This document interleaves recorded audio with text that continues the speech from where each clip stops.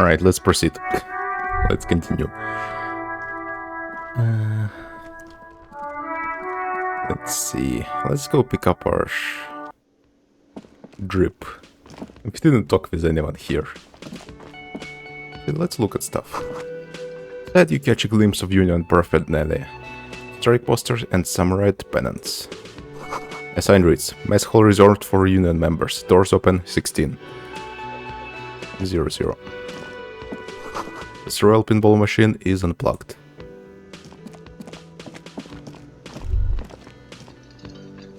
The door is bolted. A sign reads, Kitchen reserved for personnel until 13. Soft pour of an electric juicer comes from the kitchen. Someone is working.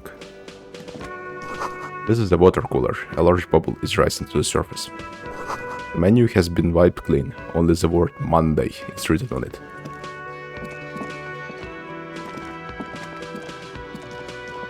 The speaker is connected to the radio. The music is seasoned with static. Oh, this is an interesting speaker. Flat panel. A big old karaoke mic, just waiting for someone to sing into it. This is where the lyrics would be. Okay. Waste of time. Let's pick up some of our stuff.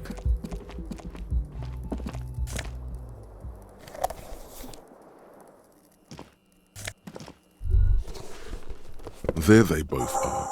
Two identical shoes, both copiously green and indiscriminately snakeskin, reunited on your feet. Man, these do not look like normal cop shoes. It's pretty clear a normal cop is not what you are.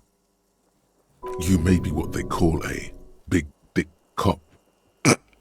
How does they fit? They're balanced, comfy. Feels like the only good thing about you right now, truth be told.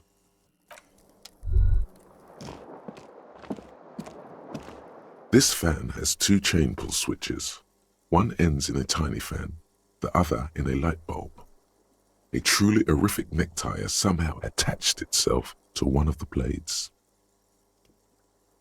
Pull on the light bulb. A terrible mistake. Turn the lights off immediately. You can practically feel the photons burning a hole in your brain. It's just a little hangover-induced photosensitivity. Don't overreact. Bring it on. Little black spots dance on your retinas. It's almost pleasurable. Pull on the fan. The blades come squeaking to a halt. It should be easier to reach the tie now. Pull on the The fan. switch must be broken because nothing happens. The air in the room is starting to feel like vaporized urine. Grab the tie. You swoop up and catch the tie. Snap. It's released from the blade. What you have in your hand is a truly hideous necktie with 4 or 5 different patterns. The knot reminds you of a noose. Okay.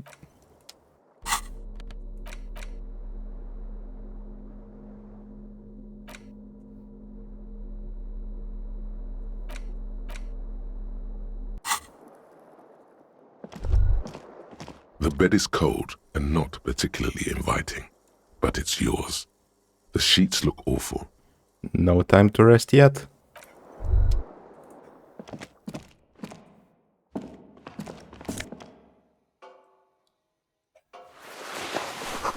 Words fail to describe how rank it smells in here. They should have sent a poet.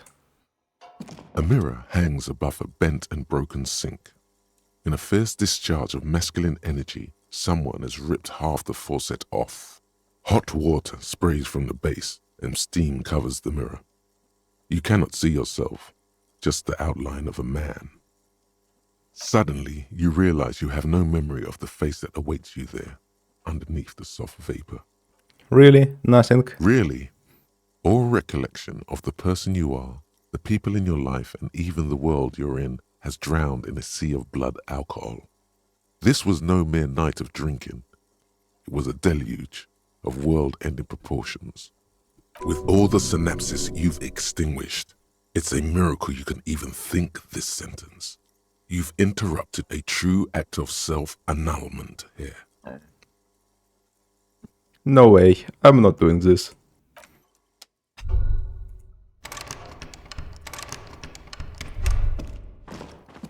If we click on everything, we're going to be here forever. The window stands broken in its frame. Cold wind blows in. Look out. The morning light hurts your eyes. It's hazy, but you see the ocean and some war-torn buildings. Assess the damage. What do you mean, assess the damage? How would you do that? What are you even trying to do? Leave. Can I pick up the bottle? Come on.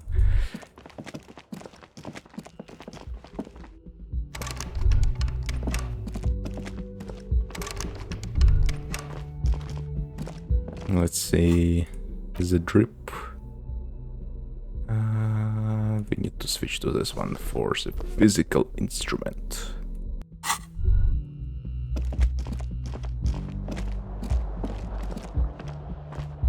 Ravashol zone of control 0 degrees centigrade, black ice warning.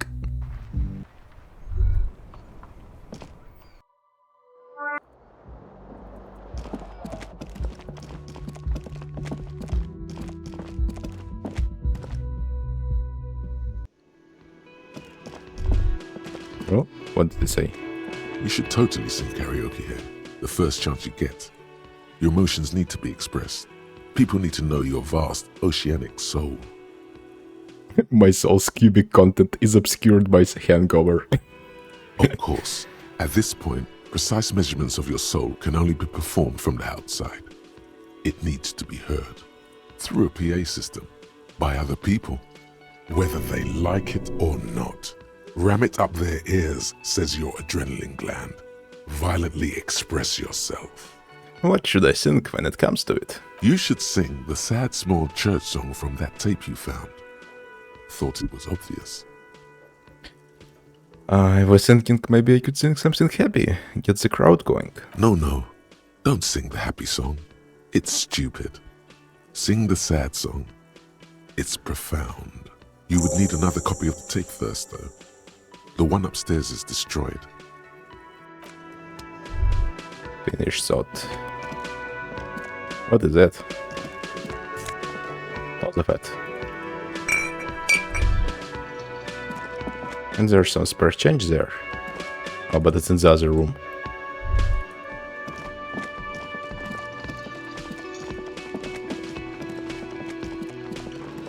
Let's see. What's this?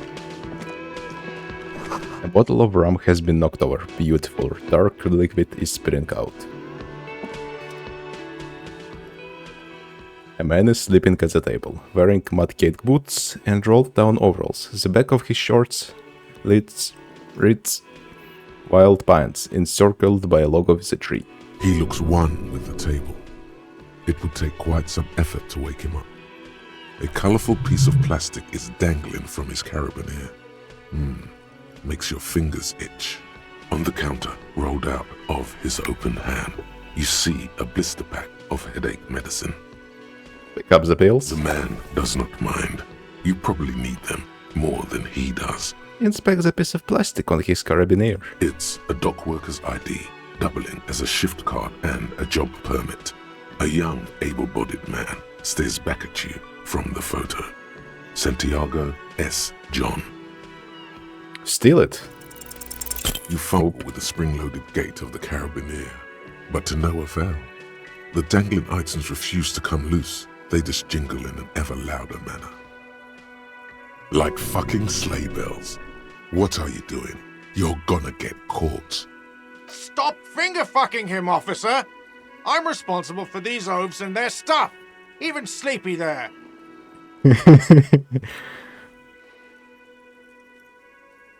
You stay out of this, bartender. Fine. Finger bang him then. I don't care. He snores angrily and turns back to his activities. To be honest, he's correct. Police officers generally don't go around appropriating possessions from people. Let's go. It was just an idea. Come on, relax everyone. It didn't turn out well. Doesn't mean it was a bad idea, or that you shouldn't appropriate stuff. Wake him up. There is only one way to awake this bone idol from his slumber. Roar like a hurricane. Rip the buildings from the earth. No words, just a primordial scream.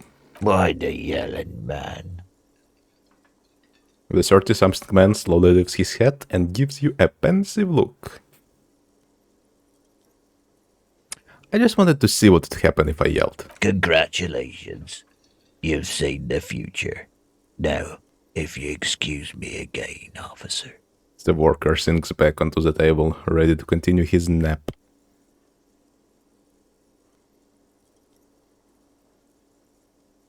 Yours? Pointed the bottle and the spilled rum. Indeed. Help yourself to some. Wait. No. Oh, it's empty. Sorry about that, pal. Anything interesting in your dreams? Thank God, no.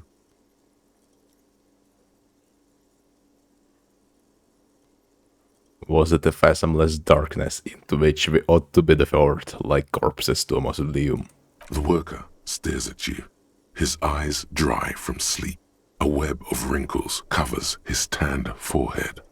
I don't know what you're talking about, kind sir, but when I'm out, then I'm really out.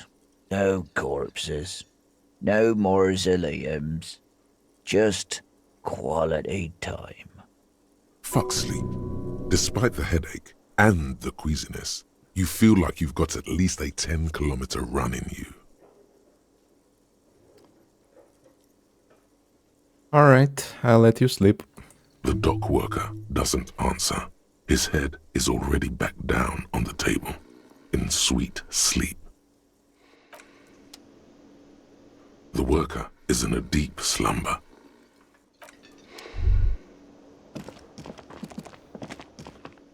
Alright. What would be interesting to do? Because I could methodically just talk with everyone I see, but that would be boring, I feel. We are going to chaotically run around the place until we see something interesting.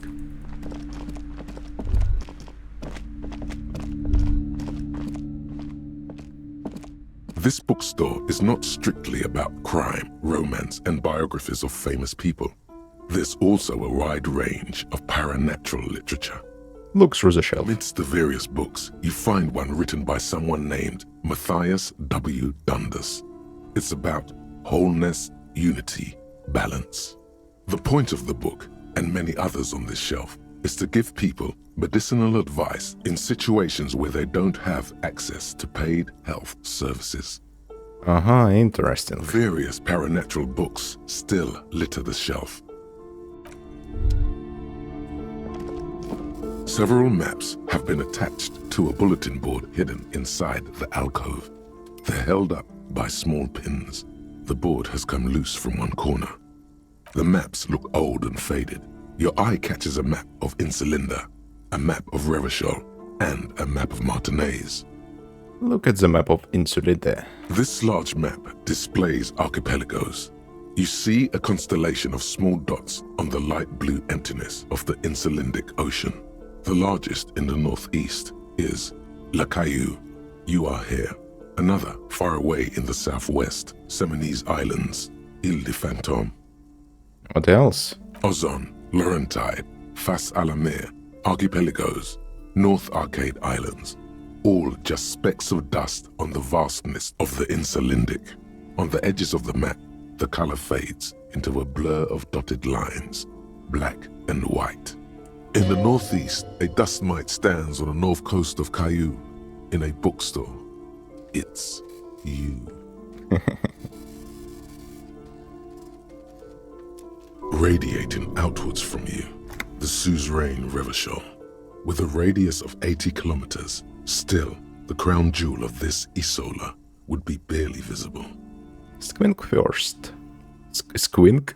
Squint first. Can you see the cities? The cities?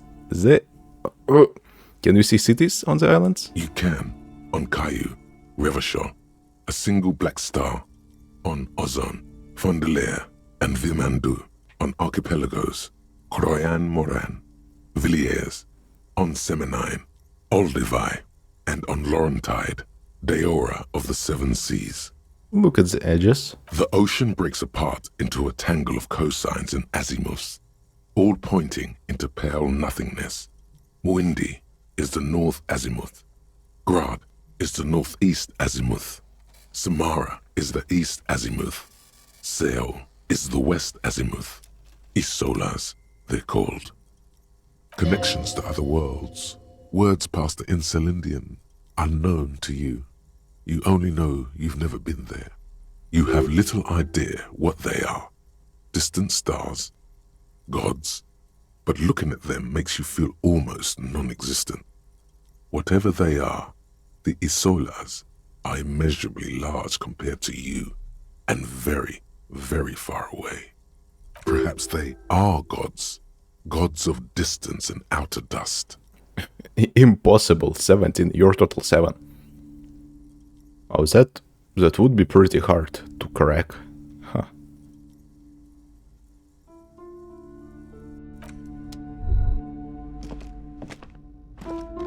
The plaque on the shelf reads, Biographies of Famous People. You see a large variety of names, none of which ring a bell.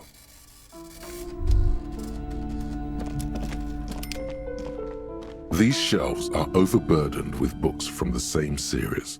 You see the name Dick Mullen over and over. A couple of spook novels hide amidst all the detective books. Thrilling tales of spycraft and daring-do.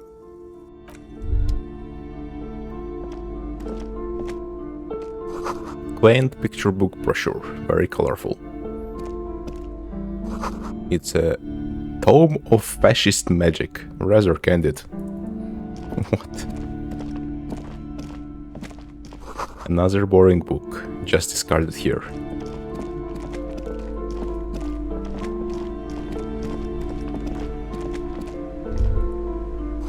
The book collects the national recipes of Arda. They are all about lake trout. Old sports magazines tucked away in a dark corner.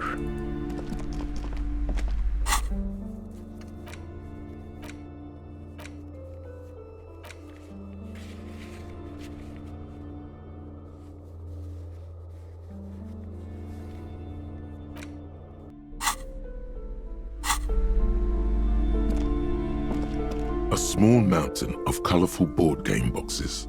There are numerous types of games for all ages. A lot of shelf space seems to be taken up by Wirral-related merchandise. Look through the pile of Wirral-related items. An endless variety of source books, lore books, and codices litter the table.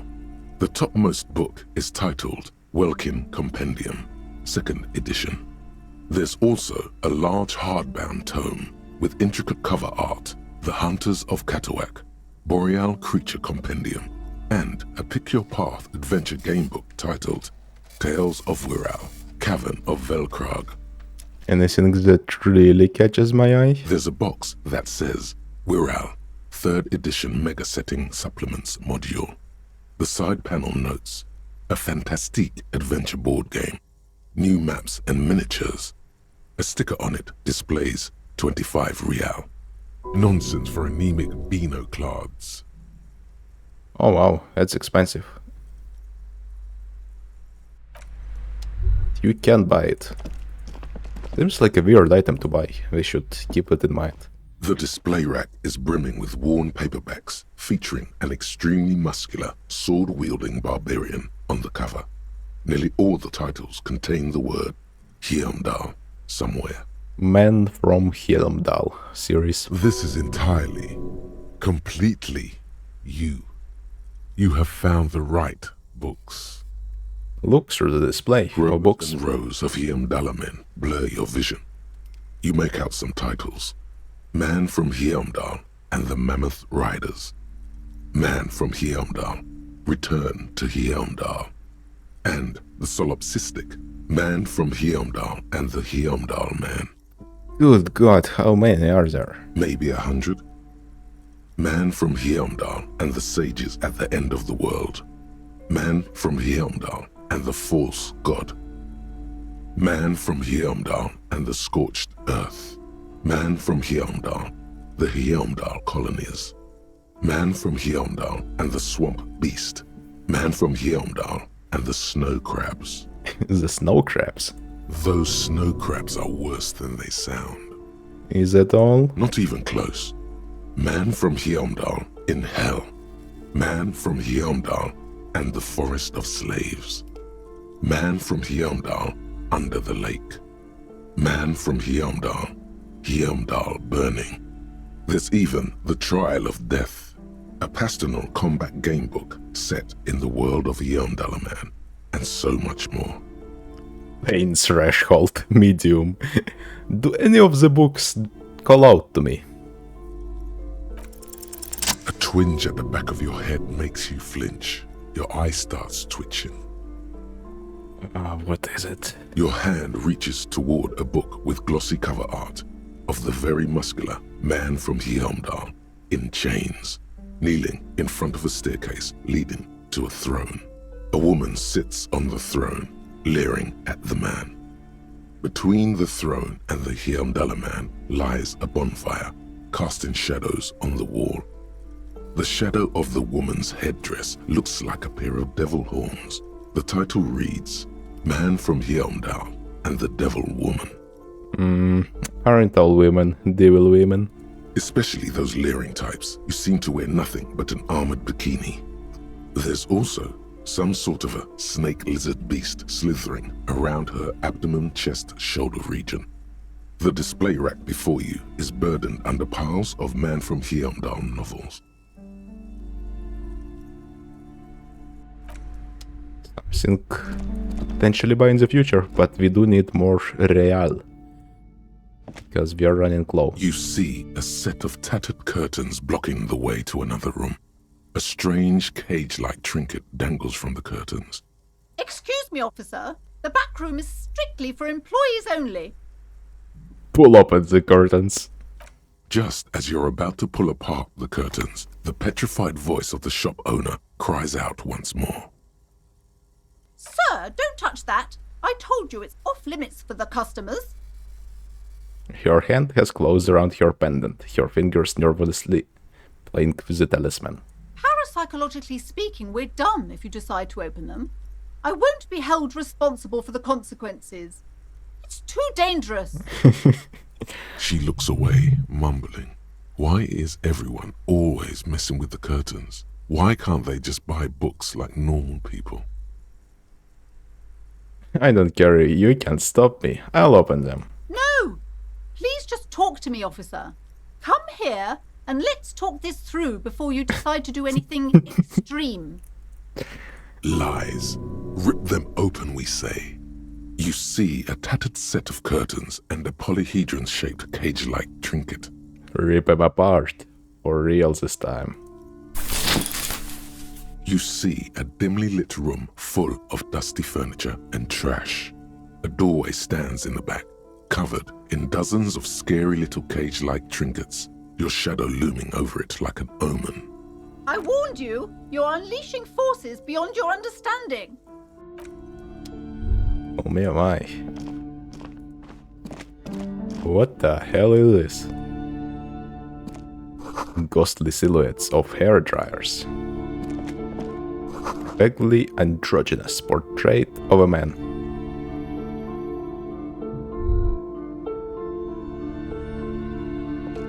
A heavy door with a missing handle stands before you, covered in dozens, if not hundreds, of little oddly shaped trinkets and charms. It appears to be locked. What if you just break it down? Pain. Threshold formidable. Break down the door. Maybe I should break it down, but not before I strategize. Yeah, break it down. Let's see. Should we just break it down? +1 broke into the commune art apartment.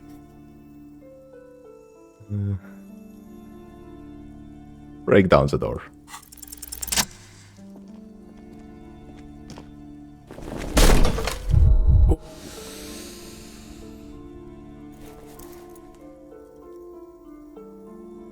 You smash into the wood and see a small crack appear on the door frame. It's going to take one more try to break through to the other side. But you've done it. It was a success. You're not thinking of trying again, are you?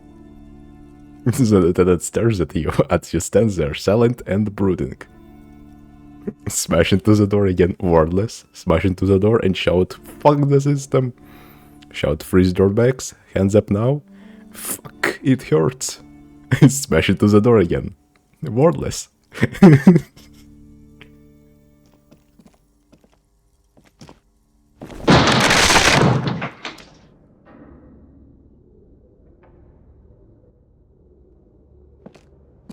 He wants to talk with me. What is this place?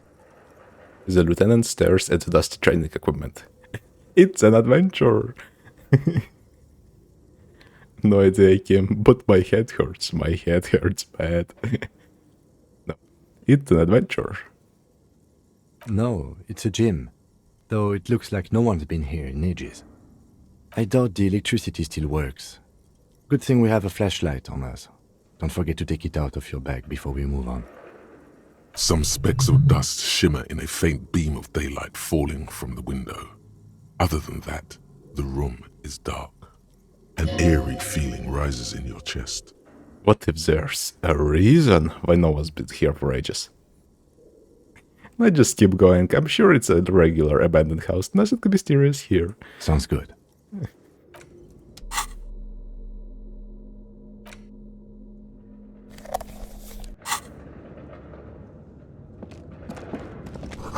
Sand is dripping from a punch bag. The poster says, "Citius Fortis." The rest is worn off. Worn out wall bars. They look unsafe. Oh, there's a bunch of interactables. Shout putt ball. Price 13 real. Wait, what? A ball used for playing shot putt. A favorite pastime of elderly gentlemen. You feel like you should hold on to this and make good use of it. To sell such beautiful old-school sports equipment would be a sin. Smells like leather and sweat. A barbell lies on the floor. The color has worn off its weight plates. It's 60 kilograms. Your triceps hum at the sight of these weights. Show the world what kind of beast it's dealing with. Lift them. Physical instrument, heroic, 15. Lift the barbell. Let's see. Where's my alcohol? Physique. Yeah.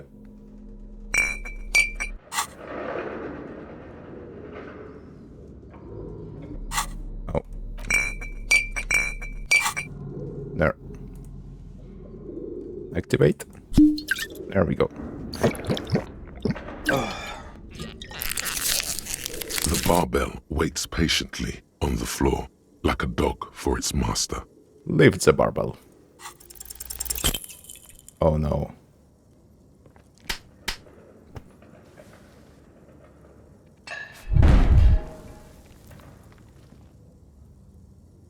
You manage to hoist it off the ground, but the barbell feels wobbly and dangerous. Your hands slick with sweat. Turns out you're no beast, just an old man with bad form. Even your body has failed you. It's a miracle you didn't injure yourself.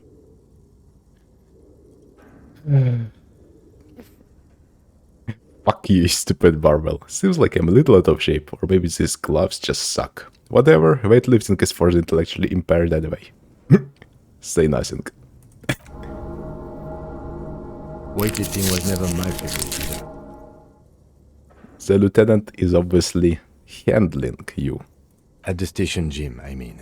I prefer running. It clears your head. The lieutenant steps away from the barbell, letting you recover in peace.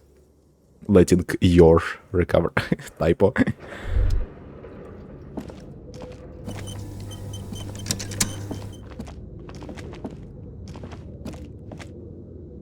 Oh, it's dark. What the hell? The hallway is blocked by old window panes and debris. Wait, where do I go from here?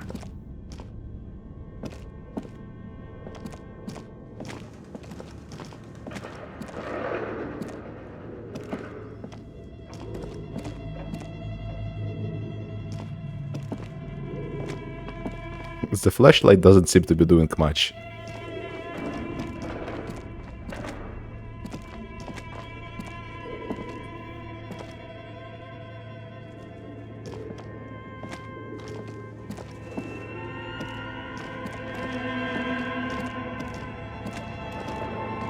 Yeah, the flashlight is not flashing. What the hell?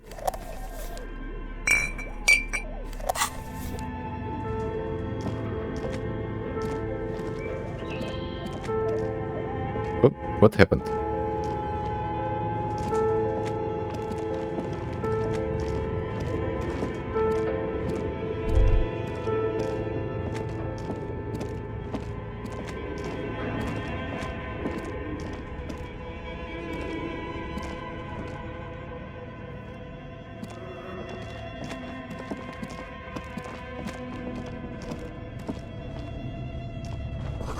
Blue velvet, soft to the touch, moss bitten.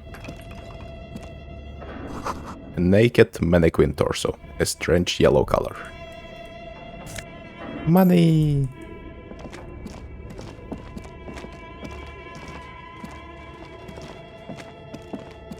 This appears to be some kind of machine with a cube-shaped heart and a wired framework. The keyboard has a rectangular on-off button. A piece of paper still hangs from the printer. A radio computer. Just sitting here without anyone inside. He sounds surprised and a bit cautious. What he means is that these things cost money. Why would anyone just leave it behind?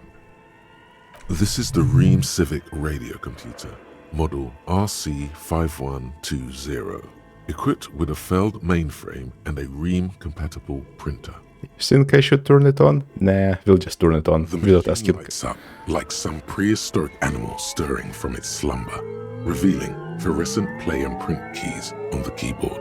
The hatch on the machine's central compartment is wide open. Press play.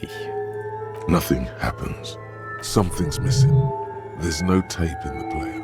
Let's press print. Nothing happens. Press play again. Nothing happens. Something's missing. There's no tape in the player. Look inside the compartment. It's empty, like a beehive without its brood.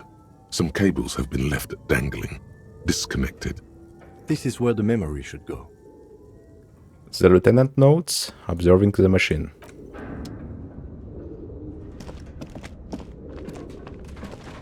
Your flashlight slides over an old green chalkboard covered in scribbles, sketches, and schemes like some ancient cave mural.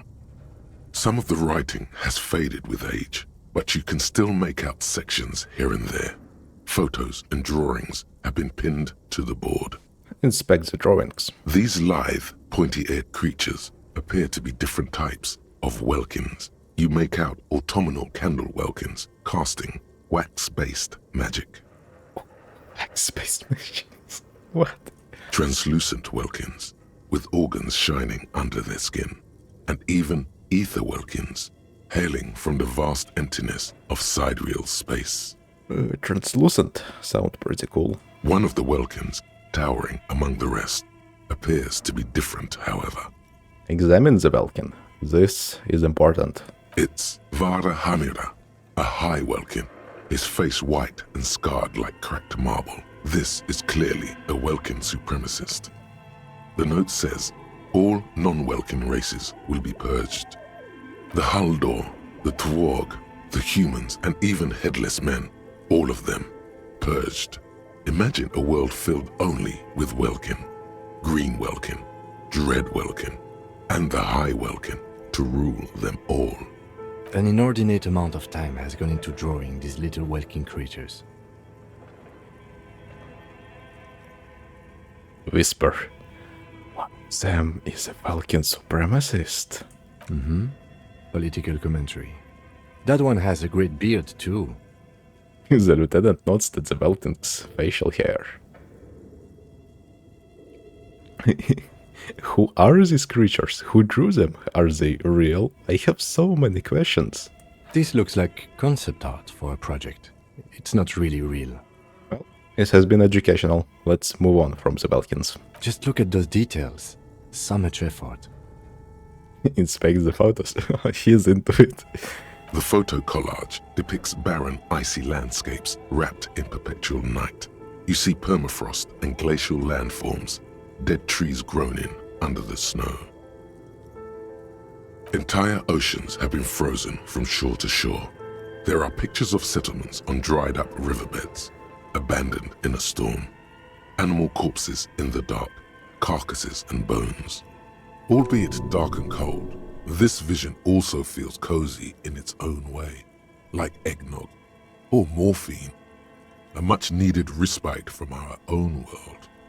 A pinned postcard reads, "The heat death scenario, a desperate fight for geothermal energy engulfs the world as Wirral becomes untethered from its sun, drifting through the universe." Neat. Inspect the schedule. This is a monthly calendar from the year 50. Cryptic words like sprint, daily minimi, and GPI span the marker-drawn grid, the grand scheme of production and money. It looks a bit like an academic calendar, only much more brutal. So much pain, back pain, neck pain, headaches, carpal tunnel, chest pain. No gym membership can make up for working in this manner. Keep reading. What happened? As time goes on, the numbers in the boxes grow rarer and rarer. The board becomes an empty snowfield in the final days. Only failure and regret dwell in this region. Looks like they didn't make it. The lieutenant looks at the frigid iced field of nothingness. A note in the bottom left corner of the chalkboard says, "See the prod schedule filament for details." Inspect the notes. The handwriting is only partly legible, but you can still make out 3 slogans: "Call in, tune out," "Wirral untethered," and "Heat death of the universe." The full text reads, "Heat death of the universe is the new black." Another note says, "The biggest advancement in role-playing systems since the 30s. August 12th, 2036, the heat death of the universe. Outside, a cold wind wraps the building in its bosom. Snowflakes in the wind. An old woman passes what the locals call the doomed commercial area. She tries hard not to look at the bookstore windows. It's unwise.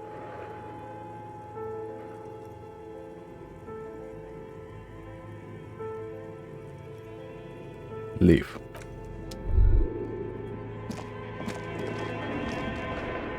This old fireplace is covered in lines drawn in blue and red marker, the mesh spreading over the stone like blood vessels on alabaster skin. It looks ghostly and strangely ancient. Yeah, for some reason the light doesn't seem to light up the stuff around us. Like, what? What am I looking at? Radio frequencies, it seems. UKV 123.6, UKV 123.7, UKV 123.9. Some written notes, too. Sparse and cryptic. Radio frequencies for what? Unclear. It looks like a cardiovascular system split into veins and capillaries. Very advanced. So we're dealing with something medical here. You think so? The web is comprised of radio stations, all lead back to one red heart, titled the Game Master Frequency. A note says, this one can listen in on any station it wants. Looks like a surveillance program. They must have had massive airwidth. These things don't come cheap. Wait, who's the game master? Someone very important. If it's a game, then who's playing? Oh, 1 second.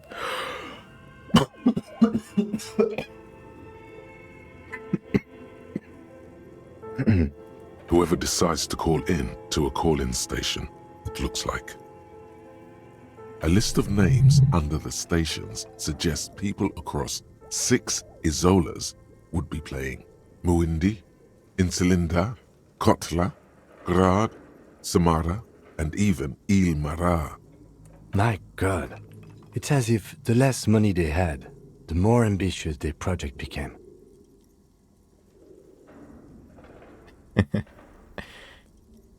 The lieutenant leans closer, his finger tracking the Medellin rhizome. What the hell is a rhizome?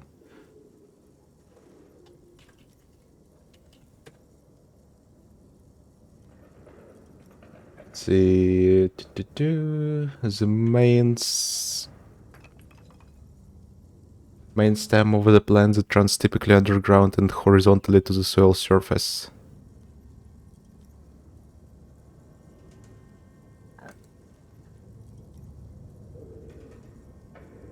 Horizontally.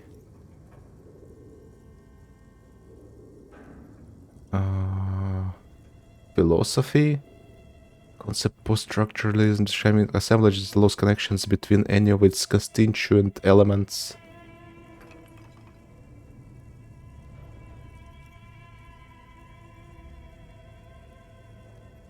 Some sort of like connecting thingy, I guess.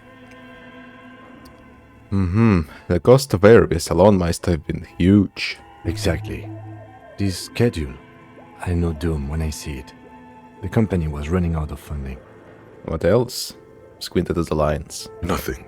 It's just lines on marble. An echo from times long gone. No one has used the fireplace in ages. Frequency fireplace. He wants to talk. Okay. What do you think is going on with that computer, chalkboard, and fireplace? Looks like an undercover counterintelligence program. No, that's not it. I think... The lieutenant takes a step back, stippling his hands. What is that word? Stippling?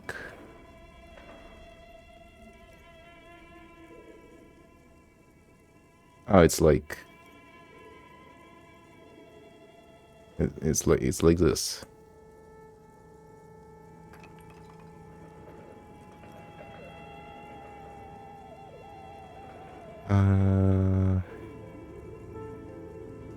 Why is Elon Musk here? Bruh. He do be doing that all the time. Like he's ready to lay out a fine theory, crafted together like a puzzle box. it looks like one of those popular pen and paper role-playing games. Only these people were trying to automate it, make it work on radio computers. Role play games. Wow. Conclusion. Has anyone ever done this before? Not to my knowledge. They make automated games in Graz, Messina, Königstein. You know, places with industry. But I don't think anyone has attempted to create an inter-isolary game before. We just don't have the technology. How are they planning to do that? Through call-in stations. None of the players have to be physically present. Anyone in the world can participate in the game, as long as they have a two-way radio. Then there's the game master frequency that listens in on the smaller call-in stations. I think that was supposed to coordinate the stories, functioning as a master of ceremonies of sorts. His fascination has swept aside other concerns for the moment. He's a little hooked. Coordinating so many games would take a whole switchboard of people, possibly divided into sub-frequencies. And this was a role-playing game. Indeed, those Welkins are a dead giveaway. Role-playing people love that stuff. The world looks like a modified version of the WeWorld board game, with hit death thrown in. What do you think happened to the company? No idea. They stopped filling out the schedule on the chalkboard. Wow. Indeed, it's ambitious and untethered from reality, but... It was just a play to cheat money out of their investors' pockets. The world is cold and lonely. This would keep it company. Let's finish it. It's too late for that, I'm afraid. A half smile breaks out on his face. He says looking around the relic room. The pipes howl and the rat crosses the floor. Okay, let's keep moving.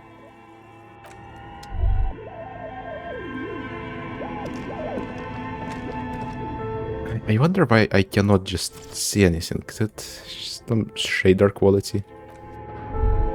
No.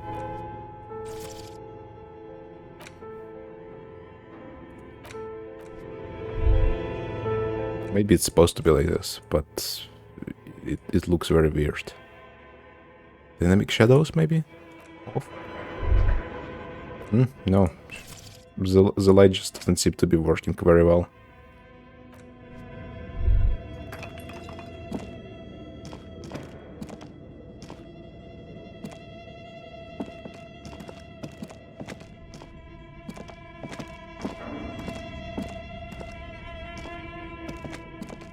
Is this a dead end? Or is there a way through to somewhere?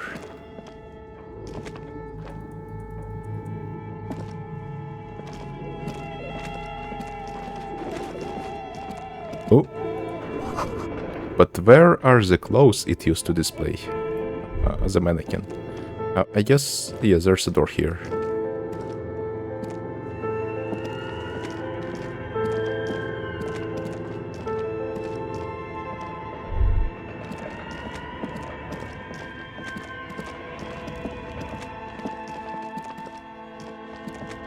Okay, I'm going to search it up. Disco Elysium flashlight not lighting stuff up.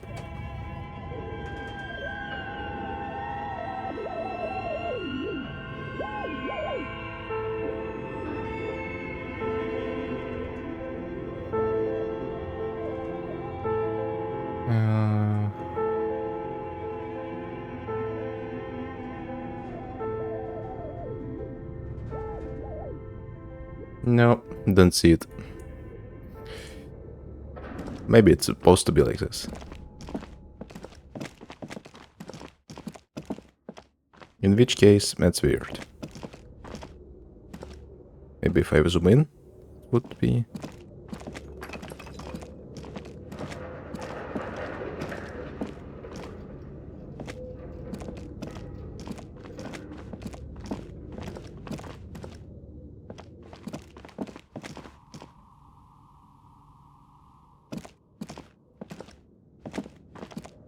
Okay.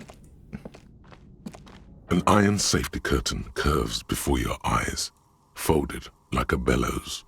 It covers half the room, blocking the way into a colossal industrial chimney. Knock on it. What an odd thing to do. Nothing happens. Knock on it harder. Still nothing. No one's home. Knock even harder. Those curtains prove to be surprisingly sturdy. Your fist hurts now. Can you please try to refrain from attacking random things? This is not random, this is significant. I want to see what's on the other side. Why do you think there's something on the other side, necessarily? The lieutenant asks, but he can see a spark of curiosity in his eyes. In any case, there's no way we can get in right now. Let's investigate further. Knock even harder. Those curtains prove to be surprisingly sturdy. Can you please try to refrain from attacking random things? I can try. Blow gently on your bruised knuckles. Thanks. In any case, there's no way we can get in right now. Let's investigate further. We can just kill ourselves against this iron curtain. Bent metal. Broken glass. Your path lies strewn with the broken forms of everyday objects. You are the destroyer, the bane of inanimate matter. Yeah, I rip shit up. I rip shit apart. Kudos. Those. Thought gained anti-object task force. Our first thought. Oh, there are so many of them.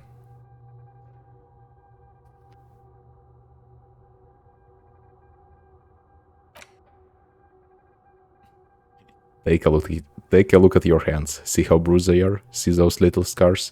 This is Exhibit A. The material world is holding you back. Containers, mailboxes, doors, chairs. They are all your enemies, always have been. Atoms themselves are in on the conspiracy, forming shapes and structures that you hate. You are energy stuck in a body. You are spirit trapped in matter. Break free. Beat up that lamppost. Let it know just how much objects suck.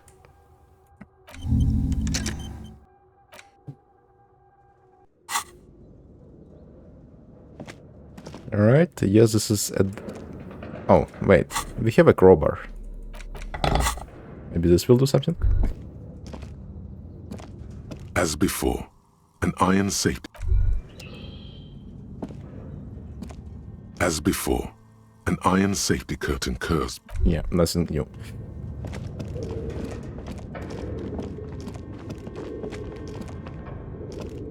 We need a tape for this computer.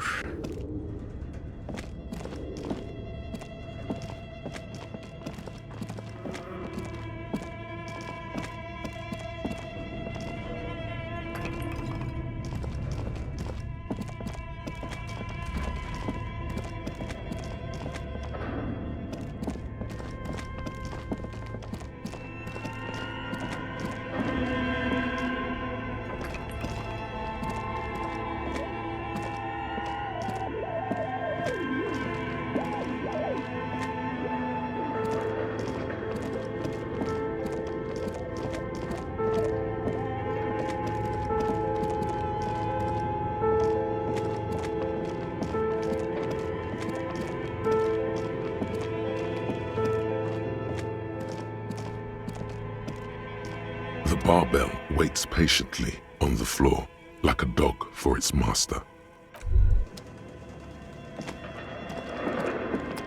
Alright, I guess that's it. Oh, we can look at the door. No, we can't. Oh, we have thoughts. Merely looking at that unmanly haircut threatens your masculinity.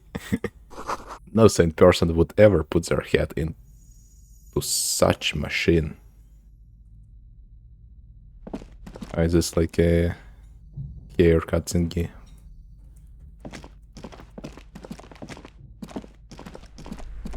Well, what do you think of that? You broke down the back door, the wards, the door. It's all gone now. Dark psychic energy leeching onto my shop. She looks very sad, resigned even. Sometimes it's necessary to resort to extreme measures. I suppose it's all over now. I guess there's no escape. Your shoulders slump as if a heavy burden lies on them. What are you talking about? It's just a door. Just a door? This place is cursed, Detective. They don't call it the doomed commercial area for nothing. Just look at the sheer amount of companies that have failed in this house. I hope you're happy now. Happy that you've ruined everything. Now that you've broken the door, the curse is coming to get me as well. She closes her eyes and starts mumbling something to her pendant. Host Almighty, she prays, guard me and my honest business venture from the curse that lurks behind the door. Blessed be your name. Cursed? But curses aren't real, ma'am. Of course you would think that. You're nothing but a policeman. She shrugs, visibly dejected. All right. You know what? I'm willing to let you investigate the doomed commercial area. We are set on the path. There's little else to do. Her facade has dropped. Now you see the curiosity behind the fear. But before we go on, tell me, did you encounter the malignant entity? Of course, the entity. Close your eyes. I didn't see her, but I sensed her presence. You did? Then it has to be true. I've suspected that this woman-shaped energy must be connected to the curse ever since I first saw her. Did you see that she lives inside the chimney?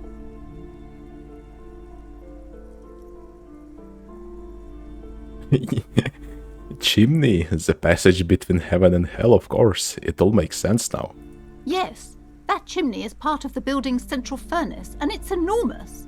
She has barricaded herself behind some metal security curtains. God knows what she's doing there.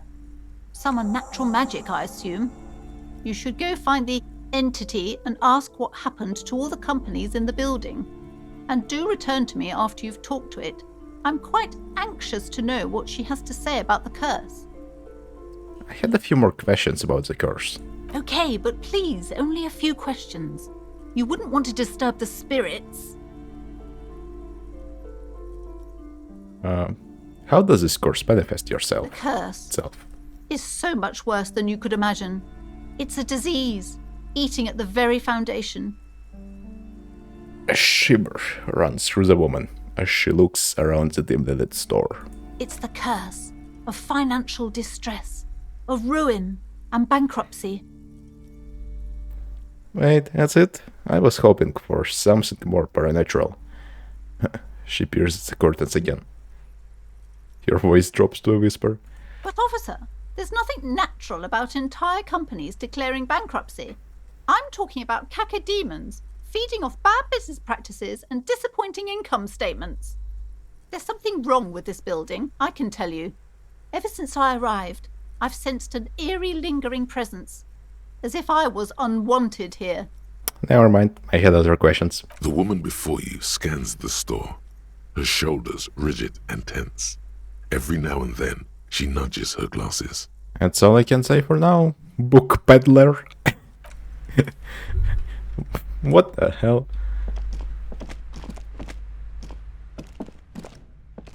Gift books and molten candy. Well, that was fun. This book has a rose, a pistol, and a half-naked dame on its cover. This book appears to be erotica, but without actual erotica.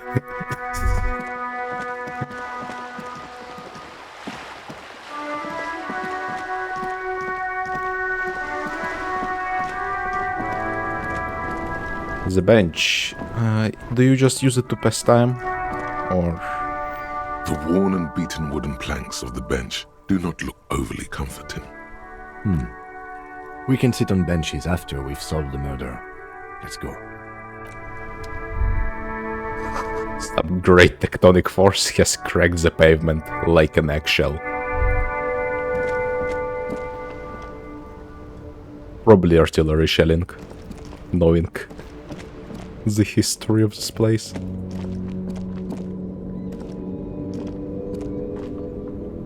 This says humanitarian aid tuna fish, not for resale.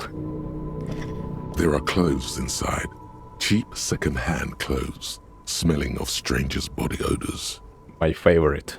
Don't be shy. These are premium class clothes. Good quality fabrics, best retro design. Save the economy with your style, officer.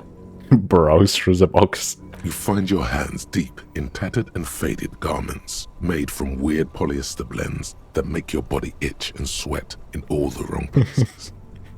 The box smells like cat piss or like an old person with no money. Economical, but also trendy. Look first-hand, buy second-hand. Keep the economy moving. Find something for salvaging from that pile of rags. Something cold grazes your hand. Synthetic and sleek, a windbreaker. Surf, it says, but also wind, summer, 100% waterproof, and sport. All in different typefaces. My favorite. Practical, and yet it may deaden your senses to the world around you. Possibly because of the awful typeface. Good choice, officer. Mega sporty. And it's only $4.50 for you, sir. Leave for now. What's the stats on this? Endurance, yeah.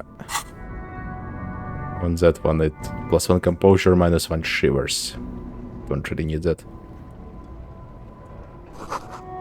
Everything is good here. This says speakers from the people of Samara. You see two lowly, defeated speakers, thralls, slaves basically, perched atop them like conquerors surveying the land. A pair of found, durable wear sneakers, ultra series. I can see you've a taste for luxury, officer. Can't keep your eyes off those sneakers? Inspect the sneakers. Inspect the speakers. These once respectable speakers have been conquered, reduced to a mere prop by the indomitable found ultras atop them. Fallen sneakers on a pedestal of speakers. A small heat emboss on the veneer reads, Solidarity Aid from the People's Republic of Samara. The speakers themselves don't seem to display any magical qualities. Wait, the speakers themselves is an economic aid. Interesting. No, don't look at the speakers, officer. Look at the sneakers. The sneakers are the stars here. Little speakers, pet them. No, don't pity them, officer. These are old Samaran garbage. Don't even look at them.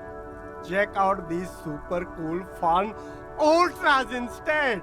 Can't I just buy the set Concord Samaran speakers? No way, officer. These aren't for sale. They're bad speakers. Low-fi socialist junk. That's why I want them. I think I might be a lo-fi socialist junk myself. No, officer. You're a high-class policeman who accepts nothing less than the best. Lucky for you, I've got the best on sale. You don't know what I am. I don't even know it myself. I want the speakers. Well, if you want them... He pauses for a moment, calculating. But see, they are the pedestal for my sneakers. If I let go of the speakers, where will the sneakers go? I can't leave premium lifestyle sneakers on the ground. If, on the other hand, you wanted to buy the sneakers too, I could maybe throw in the speakers for little extra. 50 cents? Well, inspect the sneakers. A pair of Faun Ultras. The design is impossibly sleek and simple. A futuristic silhouette with a sleek monochrome colorway, a jet black upper, and a silver-lined midsole. Those sneakers, mister. Those sneakers are the latest Faun sneakers. Super air, super fine, super cool. Only 50 real. 50 real? Holy hell.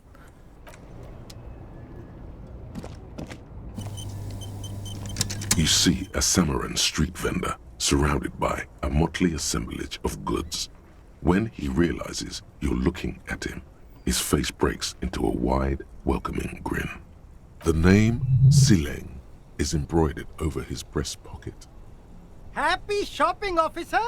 Everything's cool here. He gives you a thumbs up. What's so cool?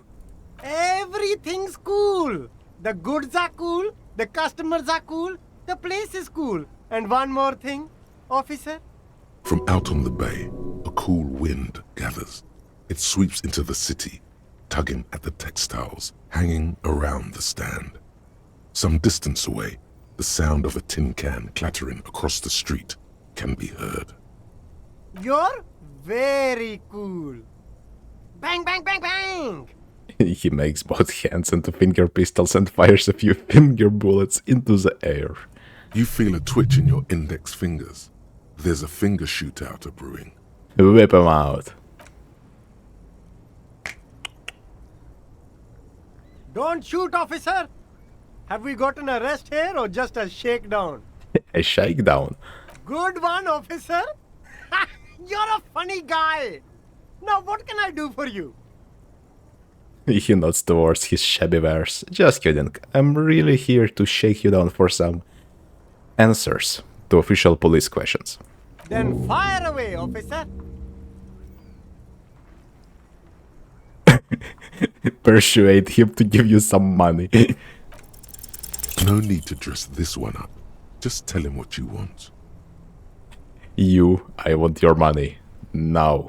Oh, okay. But why, officer? Sileng stops, his face suddenly serious. Because I am corrupt? I don't really remember how it works though, being corrupt, I mean. I don't know, it was just the only thing I could come up with in my head to ask you. I need to get money somehow. No, the corrupt option is much funnier. Ah, yes. Lots of cops are. The street vendor nods, that's serious. Are you trying to ask for a bribe? If so, you're not doing a very good job. He looks at the vendor. Sorry, detective. The man grins as if the entire incident is already forgotten. What kind of stuff are you selling here? easily the coolest goods in Revachol. I've got sneakers, speakers, extremely comfy pants too. Try them on right here. No shame, only freedom. Is there a discount for cool officers like me? No need for discounts at ceilings, officer. Everything's already on sale. Anything you want, 50% off. Where'd you get those comfy pants? I'm an entrepreneur, officer. I've got sources, buyers, suppliers, distributors, manufacturers, wholesalers, all extremely cool and above board. He begins counting on his fingers. Do you have a permit to sell all that? Good joke, officer. Here we don't have permits, just economic freedom. Take a look around. He takes a deep breath. You glance around the decrepit buildings, the miserable weather, the sidewalks strewn with sunflower seeds and a dust-choked air. It's beautiful. Beautiful freedom. Sweet. No permits means less work for me. Let's move on. That's right. Revachol is the best place for an independent self-employer like myself. That's why it's so cool with all the models coming here and cool celebrities. Smiles his bright, too-spaced-at smile. Like how the pigeons are just chilling here. That's all then. Let me ask you something else. Anything for you. I'll look around. Thanks. Finger pistols, 9mm. You were promised a gun. That much is certain. This is why you became a cop. Yet here you are, loitering around with idle hands. Like some sorry-ass loser from the street. Suddenly you're supposed to be solving cases by, what, like, talking to people? How is he going to believe that you can protect yourself? And them? From savages without a firearm? This ain't right. You need to think around this problem. And you need to snap your fingers at people, as you do.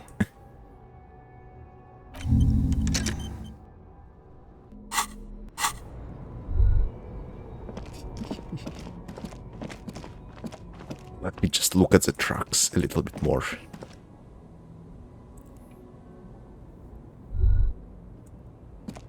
I really like how the wheels are not integrated into a body and like they're a separate element. It's more interesting that way.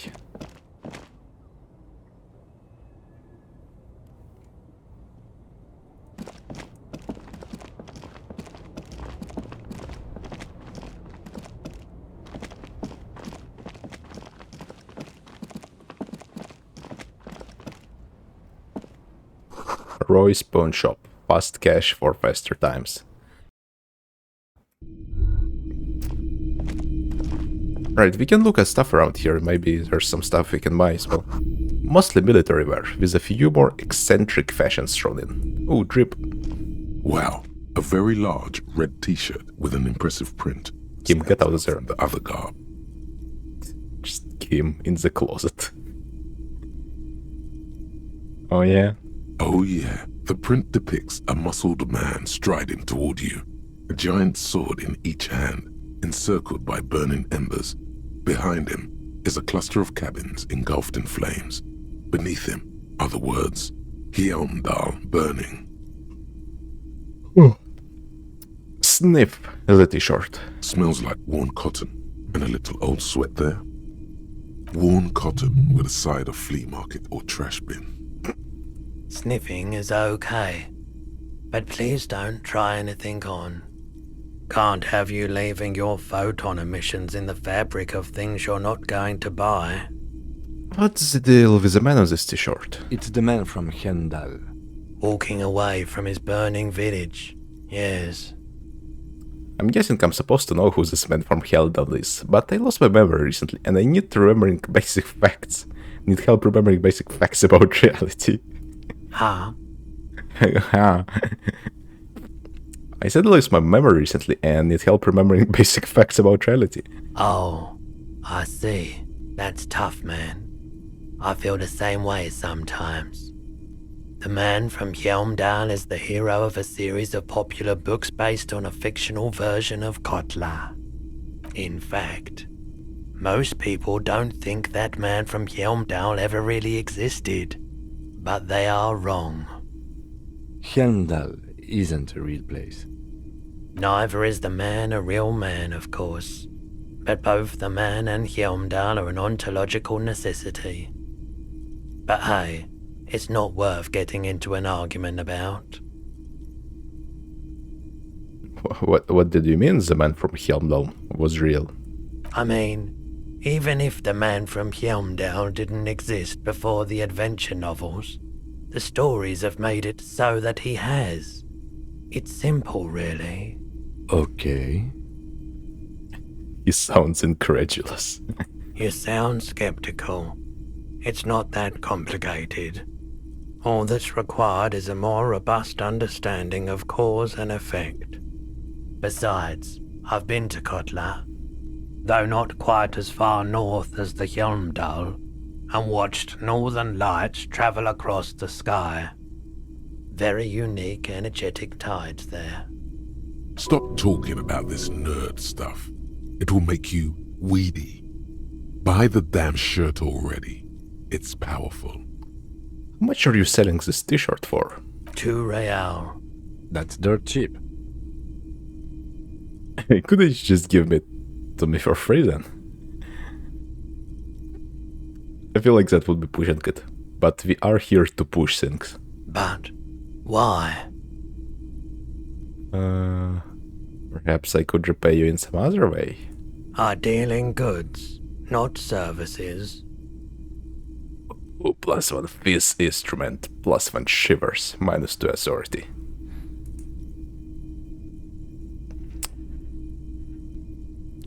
Okay, I've thought it over, and I want to buy the t-shirt.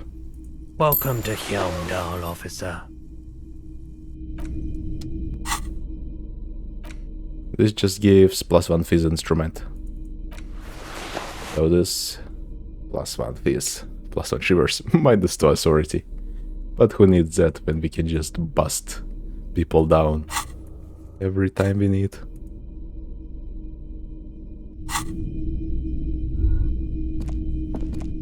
A typical Martinez streetlight sits among assorted floor and table lamps.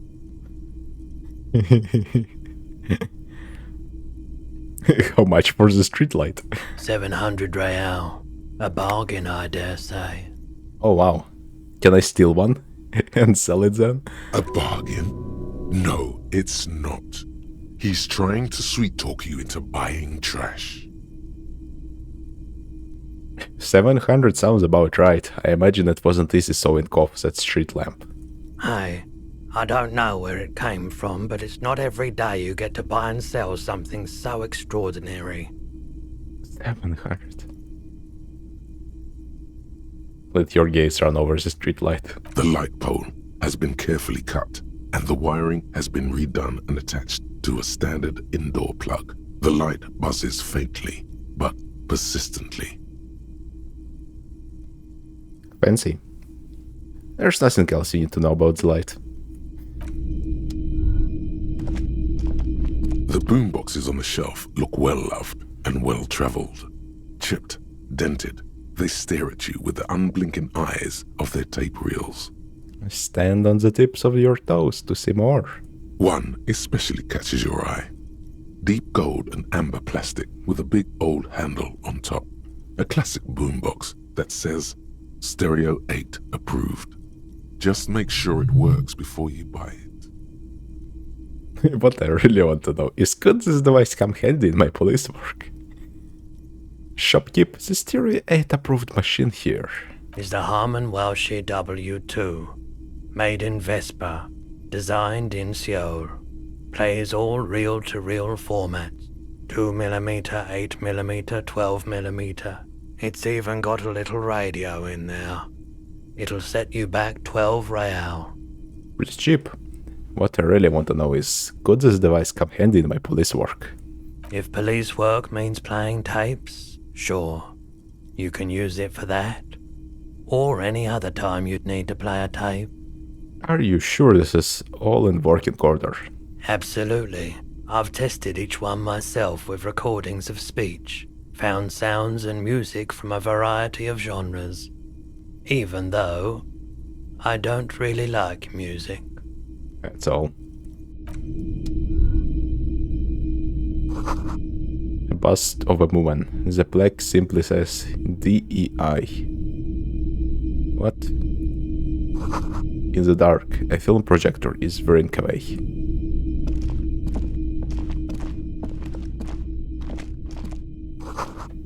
Some kind of a machine. An antique cash register?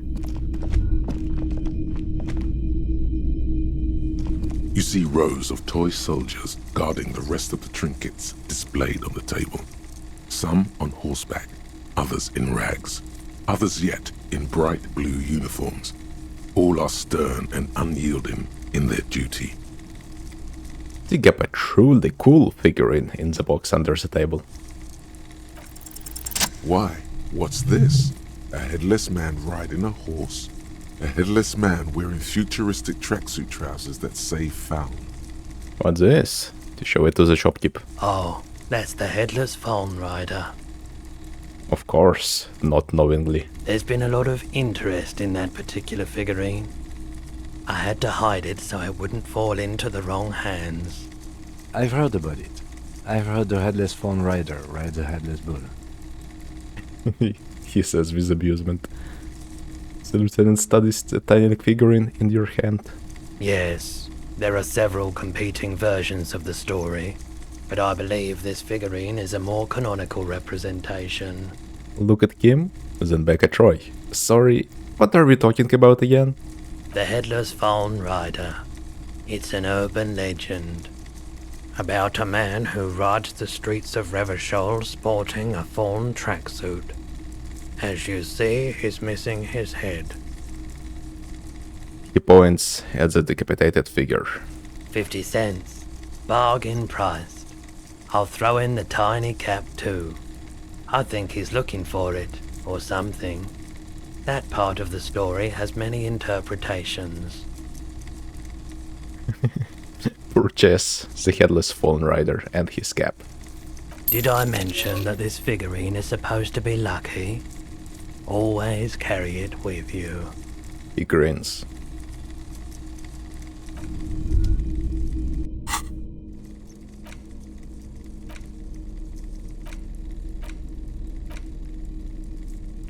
The plastic headless phone rider sits atop his equally plastic bull, his posture indicating either desperation or pride.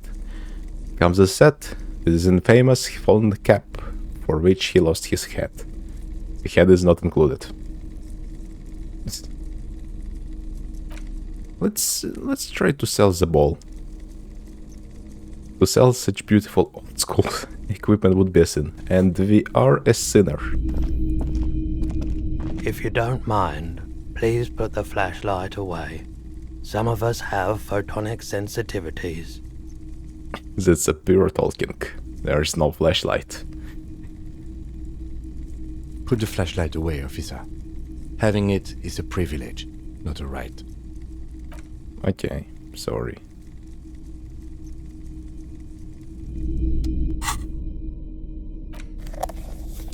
I will still keep my crowbar. Hello, hello.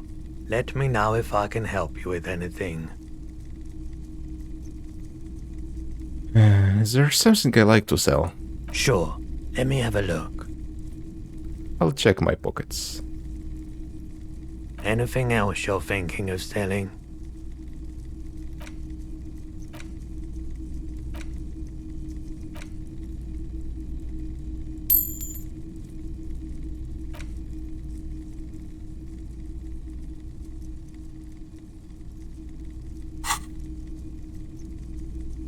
Another time, perhaps.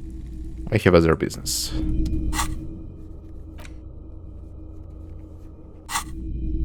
And we are going to buy the boombox. Boomboxes wait on the shelves. And your boombox, that gold and amber Harmon Waushi, stares at you longingly with its tape reel eyes. Wow, she! I want to buy that boombox. And here you are. Quality sound reproduction on the go. It'll play anything, wherever. Turn any tape into a conversation of sounds and shapes.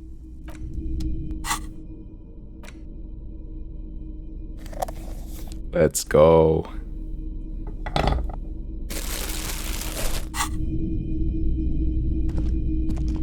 Hell yeah.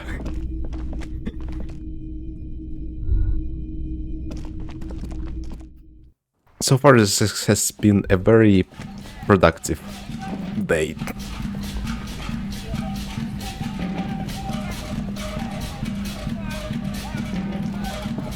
Is it the boombox playing? It is.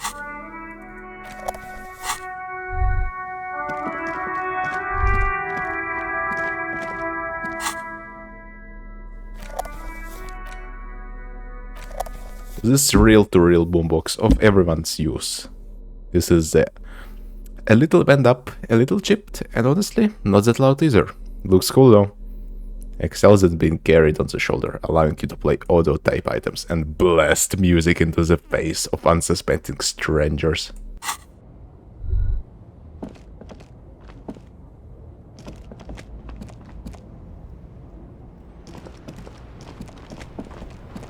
Deal's so good, you just can't pass this up.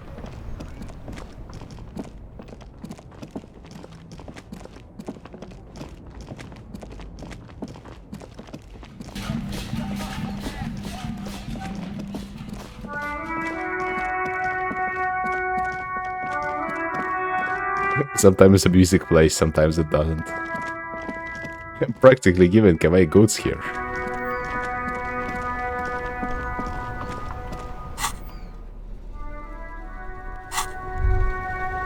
We are like fully yellow. The drip. Oh, stop. Between those trucks down there, smokes. Go and get them.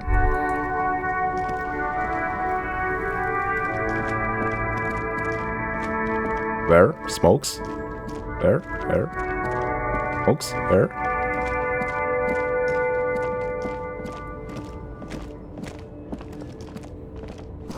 Ruins full of snow. No one lives here anymore. Smokes? Where? Where? Do you have smokes? The small, wrinkled woman does not greet you. She nods along to something on her radio. A photograph is clutched in her hands, and there is a warm smile on her face. Snap your fingers in front of your face. Wait, The lieutenant stops you before you can snap. she's just a distracted old woman. Better to leave her alone. Why? Why? I just told you why. If you say so. The woman still has her eyes fixed on the photograph in her hands. In the background, the radio plays. Nothing to do here.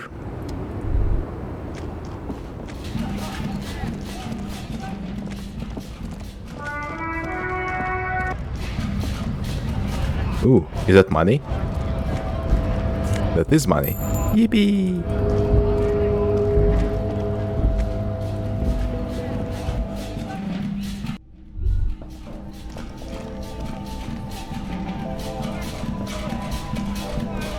Oh, can we The tear machine stands. insert the bottles? Your bottles clunk into 160. Great.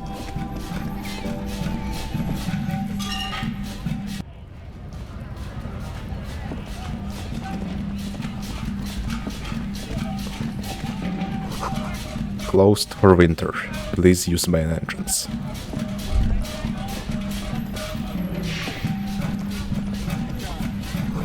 Pigs go home. The street name is illegible.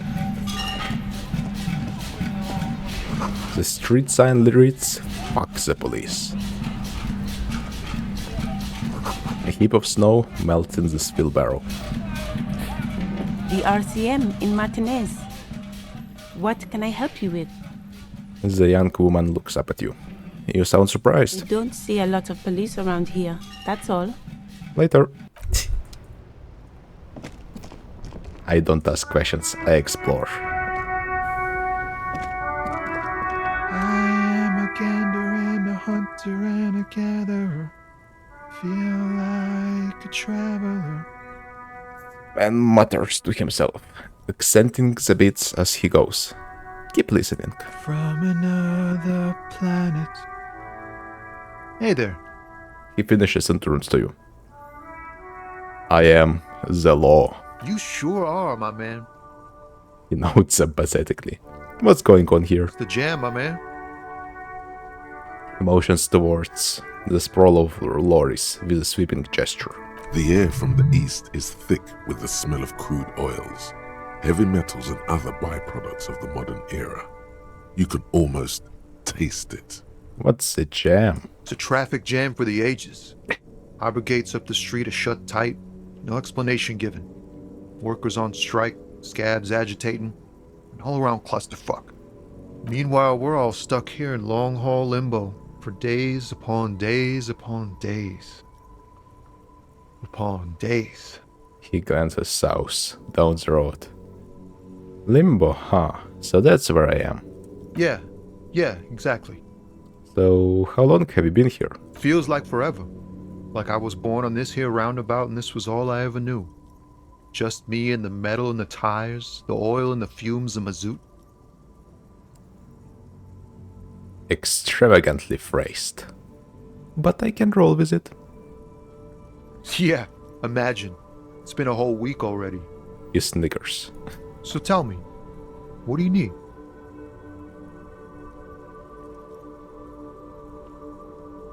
What are you hauling anyway? Oh, high-grade narcotics, illegal firearms, stuff like that. Wicked. I always wanted a friend in the underworld. Ha! No, I'm joking, my man. Found runs a nice, clean business. This haul of cargo is mostly sporting goods. You know, tracksuits and that kind of thing. They usually get shipped to Grad and the Occident. Though we've been making headway in the Il Moran market lately. Could I get one of those phone tracksuits you're hauling? We're pals and all, but I can't just freely hand out the merchandise. The bosses won't be happy. There's no denying it. Your body needs to feel the touch of some good performance wear. Well, I'll just steal it at night. It's your machine behind you? This rockin' beauty. Sure is. Like a rash you can't get rid of. You interested in heavy-duty cargo machinery? He points at the lorry with his thumb. Yeah, those lorries are pretty neat. Neat. For carrying large quantities of cargo a long distance.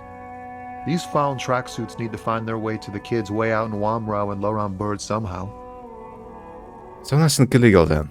Not unless they've illegalized sports equipment while I was on the road. Never. They would never illegalize sport. Sport is the most wholesome thing known to man. Right, I had another question. The man taps his fingers rhythmically against his arm. I'm good for now. Good talk. Don't be a stranger. He gives a salute with 2 fingers. Alright, what was it about this? Oh, there it is. Yummy, yummy.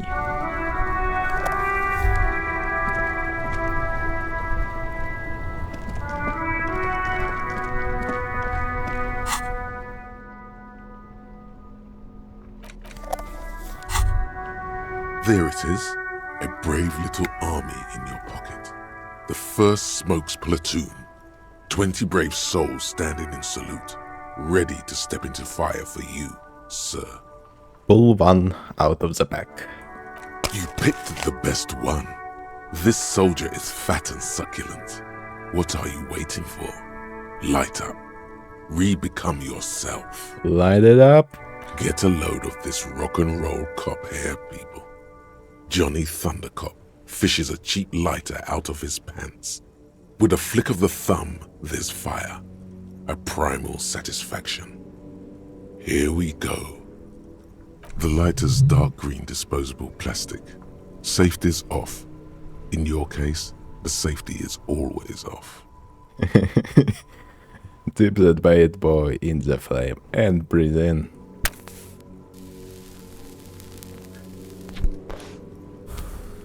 Thick, warm smoke gets sucked down to your lungs. Immediately, you feel a warm nostalgia fill your head, body, and soul. A nostalgia for yourself, the man you were in your youth. Johnny Thundercop is back, and he's chill as balls. Let's go.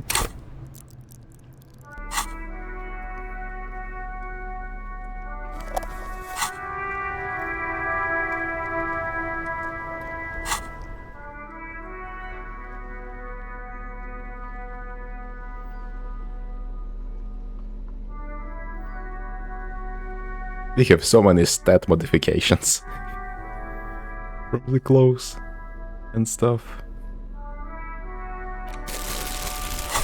Right, our thoughts are coming along.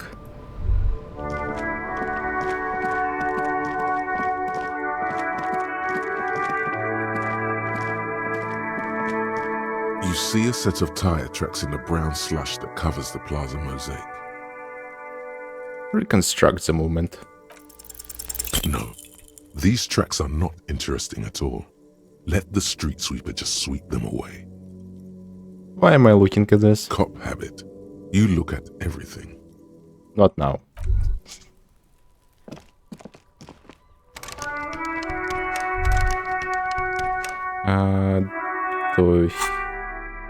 Is this one of the crowbar thingies? No. Rue de Saint Ghislaine 8B. Street name, I guess.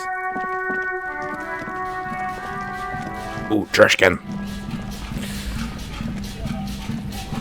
The letter R.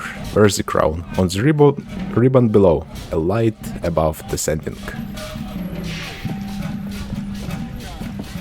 This trash container is locked. The sliding lid has a padlock that says, "Whirling in rags." Why am I looking at you, trash container? You're just a trash container. Just a trash container. There is no such thing. I really like this trash container, like they're like cylindrical, round, fancy. Your fingers start to itch just looking at that padlock. How do we get the lock open? We could try using a pry bar, the one you took from my motor carriage, or... Did someone say pry bar? Yeah, pry bar. Pry bar, pry bar. Your palms yearn its cold touch, to grasp it once more, as you've done so many times. Or, Lieutenant? No or. Pry bar. We might want to ask for a key from the manager of the Whirling in Rags. He probably has one. And he also has information. Ask the manager? Bullshit. Go straight for the pry bar and pry this baby wide open. First time, jam the tool under the lid and pull. Force time isn't happening. You've jammed the pry bar under the lid, but it just isn't bending. What is this? Your triceps ache for the metal to bend, but it resists. This calls for a potent curse to help break its resistance. Utter the power words. The fuck kind of metal is this? This is fucking shit. The quality of metal is not the problem. From what I see, it's sturdy enough. Kick the container.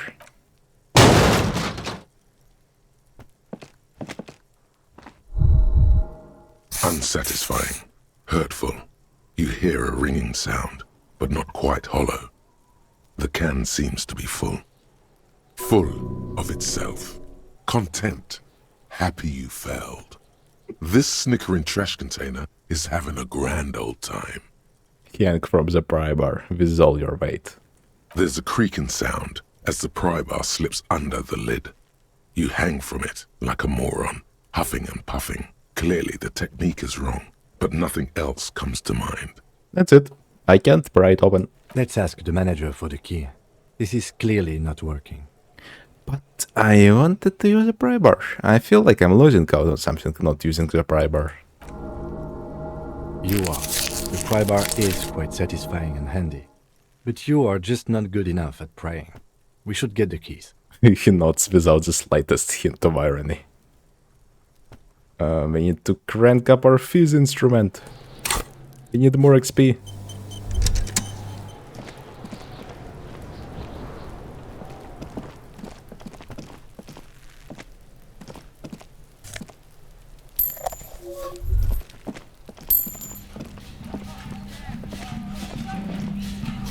This winch mechanism has been oxidizing for some years. An inconspicuous pile of the roofing material, Eternite. What is this? It's nothing. Someone just left some roofing material slanted against an old shack. Uh-huh. Why am I looking at this pile of roofing material? Because there's a secret door hidden behind the panels of Eternite. That's why they're too orderly. Pulls the panels aside. There it is. You see a shabby little door.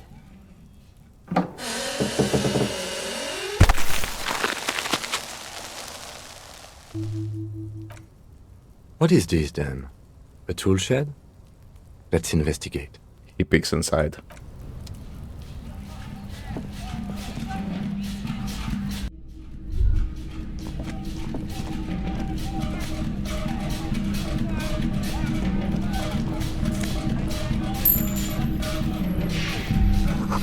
Silver plate with traces of bone yellow powder.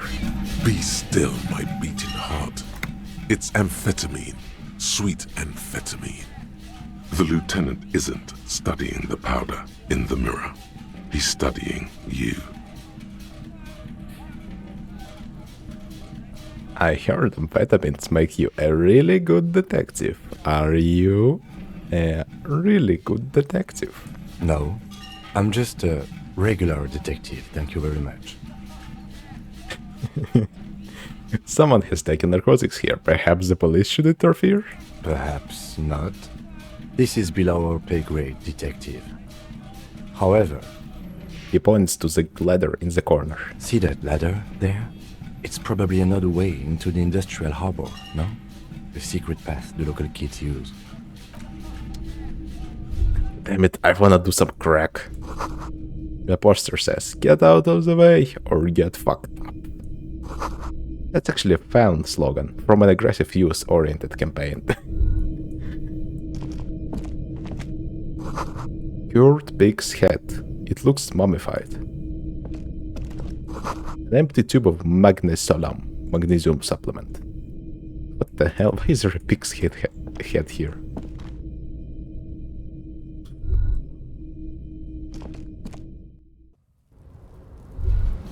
Right, we're up. These barrels are half full of rainwater.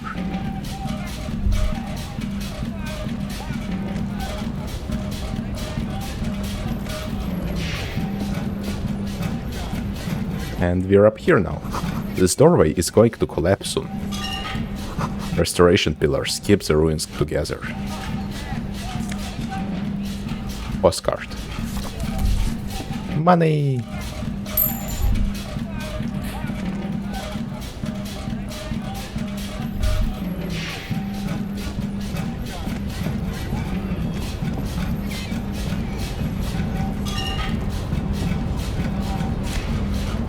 Nose effect.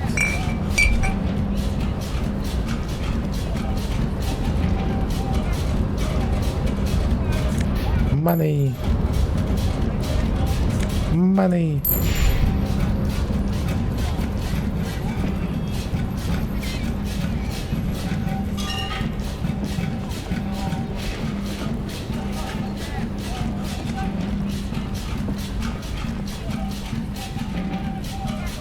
Right, that's all we have to do here.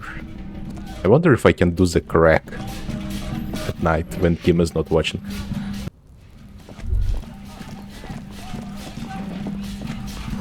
The skills ladder is rickety, but still climbable. Someone is trying to grow herbs in this greenhouse. Kuno's got this! The boy throwing crocs at the dead body can't be older than 12. Oh yeah, nappa gumpy, Kuno! Yells the other kid behind the fence. A moment of your time, please. Can't talk, pig. Shit's coming up strong. Throwing rocks. Shit coming up strong. That sounds good. Joyous, you should hang out with this kid and see what that juicy shit is all about. Juicy what now? I mean drugs. The kid's on drugs. Yeah, Kuno! Ride the lightning, Kuno! Kuno's riding it, see? He wipes sweat from his brow and sends another rock flying. The rake, Kuno! You should throw the rake at him, Kuno! The fuck does Kuno know what a rake is? Kuno's not a gardener. Goddamn right he's not a gardener. He's an athlete. Every rock connects, making the battered corpse look just a little bit worse for wear.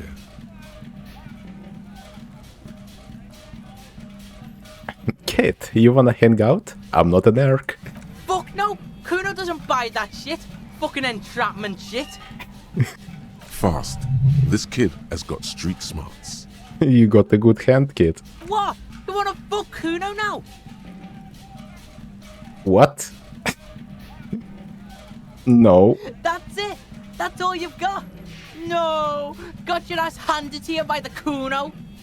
He's swaying from side to side like a vicious rooster. Who's the man now, huh? Kuno's the man? You wouldn't believe the pussy Kuno tears up. The kid is working himself up. What was that, Kuno? Nothing, see, nothing. Just slicing some bacon.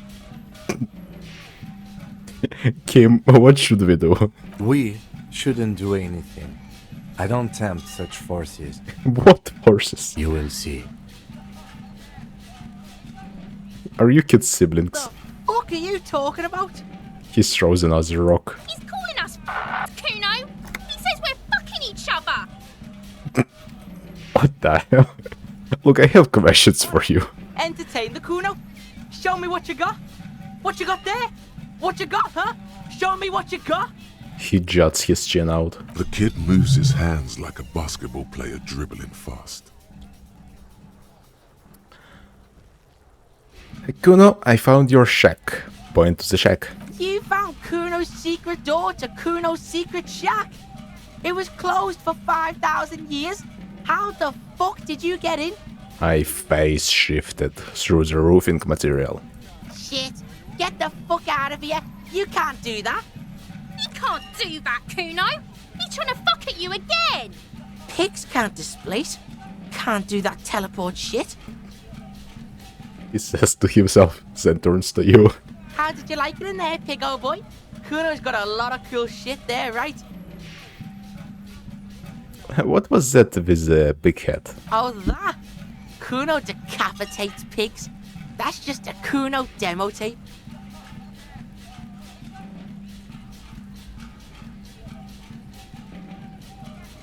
Cool big head. I liked it. I got one too. This one. Point to your head. It's shit. What?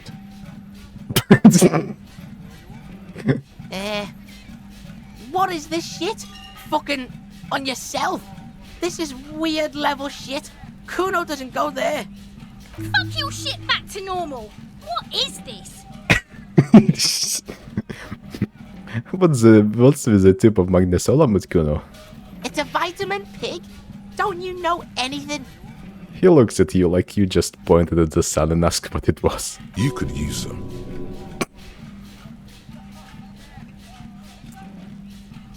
You could use some. It's magnesium, right? Yeah, it's the mag. You fucking need that shit to stay on top of your game. Kuno goes through like a tube a day. Mag like a motherfucker. And you could use a bottle. Oh, don't teach him, Kuno! He's gonna use it against you, Kuno! I know all about magnesium. I rock it all the time. You're not getting this, pig. It completely takes away the hangover. It's like you didn't do anything. Like you stayed home playing with your choo-choo. He looks at you, eyes bulging. Fuck you, pig! Don't do mag! You're gonna OD and you're gonna fucking die! I found the plate covered with powder residue. You know anything about it? That's where Kuno gets his daily hit of electric. Kuno Shazam. Kuno rides the fucking lightning in there, pig. Bet you'd like to ride the lightning too, wouldn't you? You feel tired and old, but you could have that sparkle in your eyes. I heard enough of this. Good call, Pigmeister. Don't come and talk to Kuno about his kingdom. Let's talk about your shack again. The fuck do you want with it? I heard enough. Good call, Pigmeister. Don't come and talk to Kuno about his kingdom. I gotta ask, who is Kuno? Kuno's Kuno, pig? The boy points to his chest with both thumbs. Kuno. Primal. Violent. Is it some Kuno? Is it some kind of gang name? Yeah, Kuno's in a fucking gang. In a bang gang. Kuno bangs for Magie, bangs for Mazda, bangs for Revachol. Watch out, Kuno! He's trying to fiddle you! He's gonna put his hands on you! The sink behind the fence starts squealing shrill and violent like a fire alarm. Help! Pig's got Kuno! Help! Rape! The sound gets louder as the child shouts at the windows overlooking the yard. Help! He's got the Kuno, help! The boy joins in. Everyone can hear. You need to get the hell out of here before. Just answer the questions. Help! He's sticking his dick out! Escalate, Kuno! His dick is out! You're afraid! Pigs in here, Kuno! Somebody, please! It's full blast now. The wind carries the message far and wide across Martinez. Look at his shit-eating grin. He knows there's nothing you can do to him. He's bullying you, and you are helpless. Kill him. Kill him now. He won't see death coming. Shut him down. What? 8% failure. I still fail.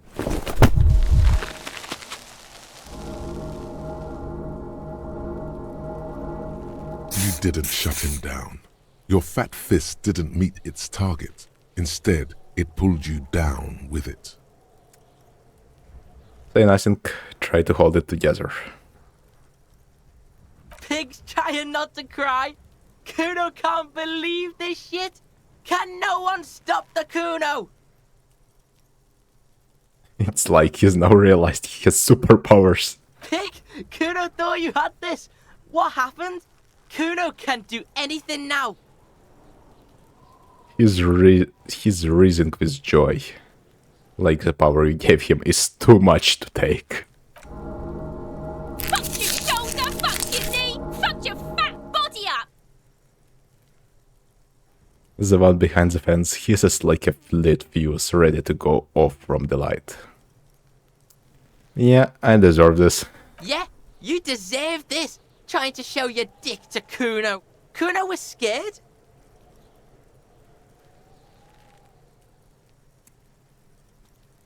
Yeah, left it up. Let's just get back to it.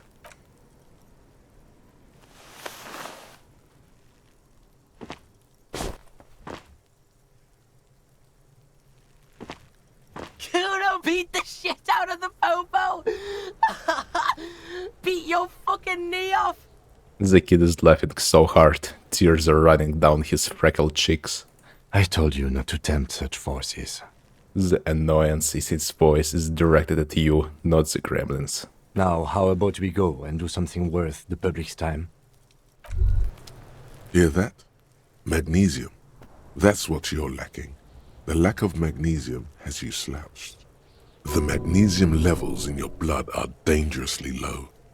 It's about the low magnesium levels and not the high alcohol levels.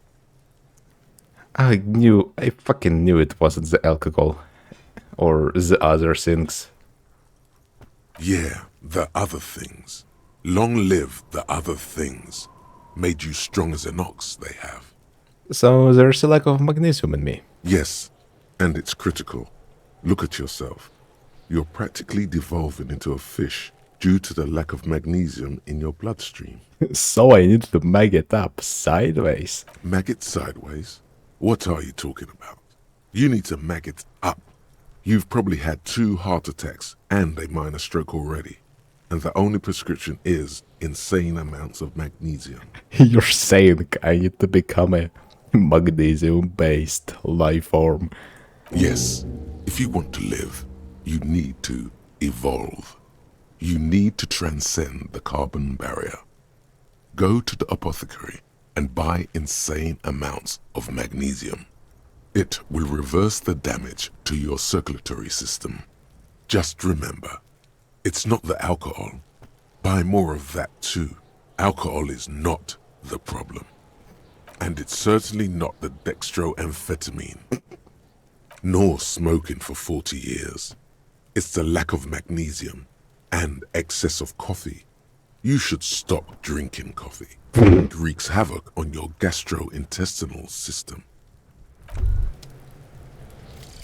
Finger pistols, 9mm. Snap, snap, baby. Turns out guns aren't that much for protecting as they are for attacking people. If you want to protect people, really work for them, you have to whip out your signature dual 9mm Villiers finger pistols. Who needs real guns anyway? That conversation you just had? It would have gone better had you snapped those bad boys at them. Note, 9mm dual finger pistols do not count for an actual weapon in a gunfight.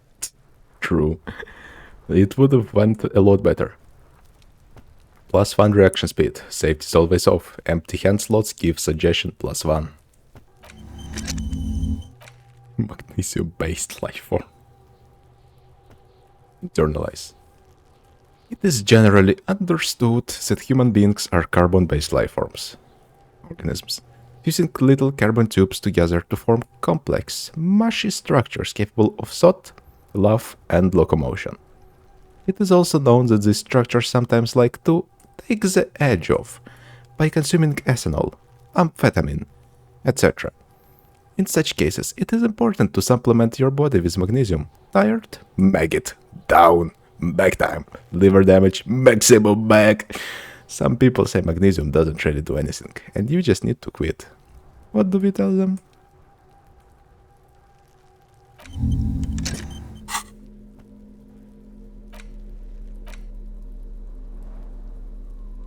Postcard. Grand Coupon 37. This postcard depicts an ill-advised residential area overlooking the Jamrock Quarter. 13-story buildings line the hillside like sarcophagi, and ominous fog already rising from behind. These are the last boom years. In 39 the project fails catastrophically, leaving behind an opiate and hepatitis B infested slum.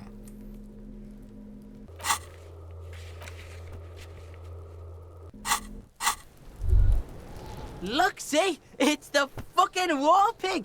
Try not to knock yourself out.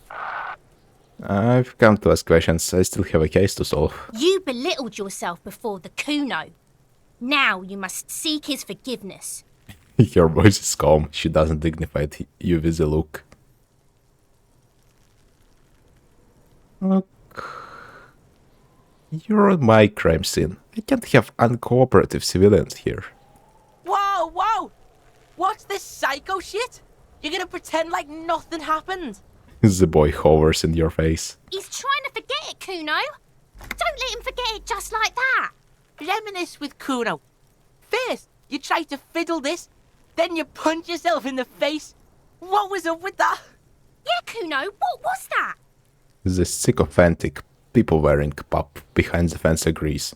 How are you gonna make Kuno forget that shit, huh?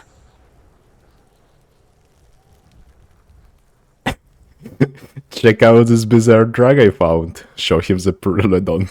No, you don't. No one is checking out anything. Put that away. He stops you.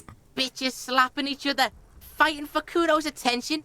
Kuno likes this pole dancing shit, but it's not good enough. Let's rip some there, Kuno. Hold out the pack of cigarettes. Put it away. The information here isn't worth it. The lieutenant crosses his arms. Back off, fuck eyes! Kuno is a man. Kuno can smoke if he wants. He puffs up his chest. Seek him. Kuno is a big boy. Man! The screech from the red-haired goblin is nearly deafening. Okay, man. Kuno is a man, and men smoke. He wants this. Shakes a pack of cigarettes at the boy. Okay, Porkson. Tar keeps Kuno sharp. Helps Kuno think. Kuno likes that brain boost shit. He snatches it from your hand. We're cool now.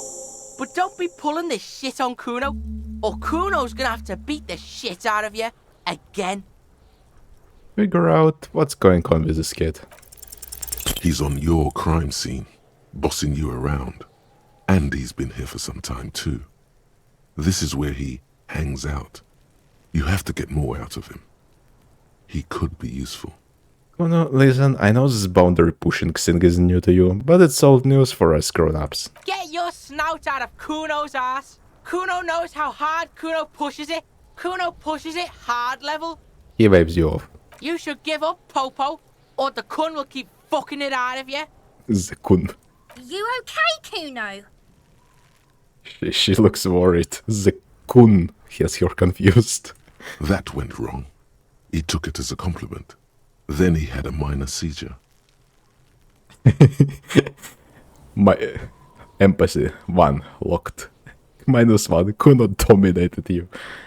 Okay, I'm off. Kuno doesn't fucking care. Alright. Let's see what we have. This instrument. This instrument. Level up. Accept changes and close. And get absolutely. Okay, what's our chances here?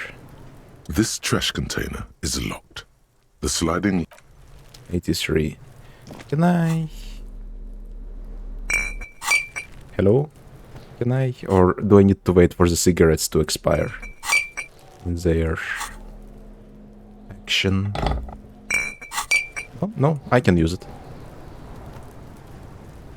There. It's weird, just a little bit weird sometimes. Maybe I have to have it in my right hand. This trash container is locked. The sliding lid has a padlock that says, whirling in rags. Okay, can I press it? Sir, weird. The button is like in a weird place somewhere. Alright, there we go. 92%. First time. You stick the pry bar into the fissure beneath the lid and push down. It doesn't take much force. With a satisfying crack, the metal gives way. You can open the lid now. We are just on everything. Don't. Maybe you shouldn't. What's this? Just a feeling. A warning from some part of you. Open the lid. The smell of rotten food rises to greet you. You see soggy cartons, dirty rags, and organic waste. We're just in time. This hasn't been emptied for over a week. Look under the boxes of carton. You see milk and egg rest with one broken egg in it. Some pasta wrapper. Picking up the soggy packages somehow feels familiar. You've done this before. The movements are recorded in your elbows, the methodology in your fingers. You're used to this. Used to what? Dumpster diving? No, searching for evidence in the trash. Okay. Dive further. A box falls into pieces in your hands. Batiste Soleil cereal. There are plastic pasta packages below, and turbo noodles. Nothing of note, however. You see milk and egg rest with one broken egg in it. So you've done this before. The movement, a box falls into pieces in your hands. Pick at the racks. Among the threadbare kitchen towels, something catches your eye. A pair of denim trousers. Grab them. As the legs of the slime-covered jeans begin to unspool from the garbage, a rank corpse smell fills the air.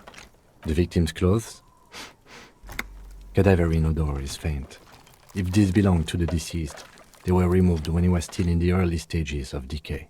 The lieutenant smells them. Drop them in here, officer. The lieutenant produces a black plastic bag marked evidence from his pocket. Takes the trouser. Blue jeans. Pockets. Empty. Or empty. He wore them with a belt, too. A white belt. The loops appear stretched, but... He looks into the container. The belt is missing. That's it. Do you see anything else in there? I have another bag here. Something slimy catches your eye. Reach for it. A drab, long-sleeved shirt, olive-colored, appears from the food waste, dripping with pus. Bag the short. This is a military type overgarment. No label or serial number.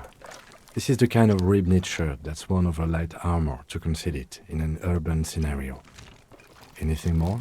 He nods to himself. The rest of the rags are just kitchen variety waste. A yellow old mug that catches your eye. But other than that... A thrown-out towel. A mug. That's all. All right. We should go to Gart again and ask if he knows who put the clothes in the trash. It could be as simple as someone from the hostel cleaning the yard. Or that one. I'd advise against confronting that force. He nods towards the red-haired boy behind him. Yeah, we need to ask the kids who put them here. Fuck's he on about? Kids? You hear that, Kuno? He thinks you're an infant or something. He's the one behind the fence yells. See? You think someone from the Berlin crew may have been involved? Maybe? Not really. All we know is the victim's clothes are in the trash. The lid was locked and his establishment had the key. It's just a small loose thread. Okay.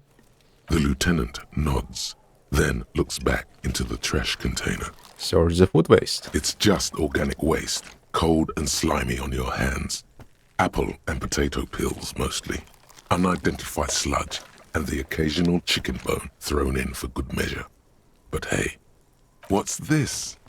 What? A blue piece of plastic sticks out from the apple peels. It's shiny. Looks like the corner of something. Take it out. Something larger. A clipboard. A blue plastic clipboard with moist papers hanging from it. They look badly damaged, but you can still make out forms and notes, written in a man's handwriting. Officer, is that your paperwork? I don't know what this is. It is. Look, the plastic has the RCM street grid on it. You've even got an autopsy form in there. Miserable looking slip of paper sticks to the board. If you don't mind me asking, how did this get in the trash? It must have been cramping my style. It has a foreboding quality to it. Maybe I needed to lose it for the great bloodletting to begin. As someone threw the whirling truth in the trash, I don't know, I'm boring. I'd rather not to talk about it right now. I think I didn't want to back up anymore, so I throw it away. It has a foreboding quality to it. Great bloodletting. What are you talking about? A speakers, the tongue. Doeth thou also thorough inventories? You should take stock of your notes. Make sure it's all there. Official notes contain informants' names. If some of it has fallen into the hands of the RCM's adversaries, bloodletting may well ensue. He points to the ruined notes.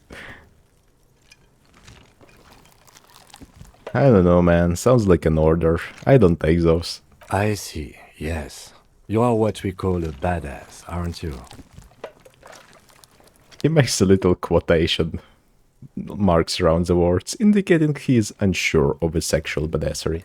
Tell me, seeth your badass more in there, or are we done here?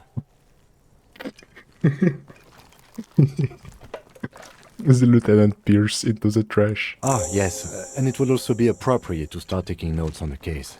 It's what cops do. The mug. I'm getting that mug too. You pick out a broken mug with an oddly racist depiction of the yellow man frolicking in saffron.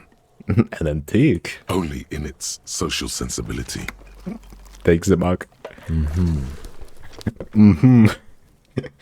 The lieutenant briefly glances at the mug and returns his sight to the trash. Close the lid. Container sounds a muffled gong. That's one thing off the list. I think we got it all. Opens the lid again. The smell of rotten food rises to greet you. You see soggy cartons, dirty rags, and organic waste. Close the lid. The container sounds a muffled gong.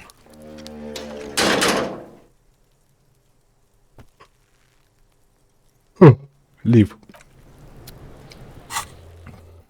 Over here, Baconator. Time for lunch.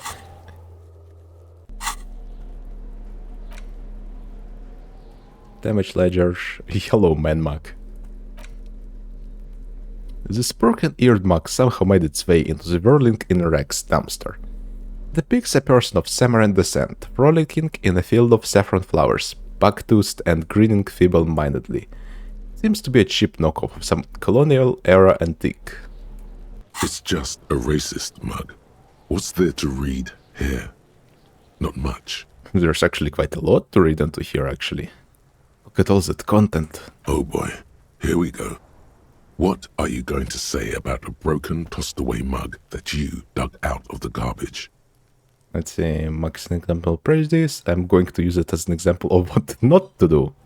I'm going to push this into the face of every merchant and finally tell them, this is your inane ideology. This mug is visibly useful. By announcing it, I can earn political capital to mask my badass hustling. Yeah, fraud and embezzlement. This mug didn't belong in the trash, it just was a funny mug. Can't anyone laugh anymore? Okay,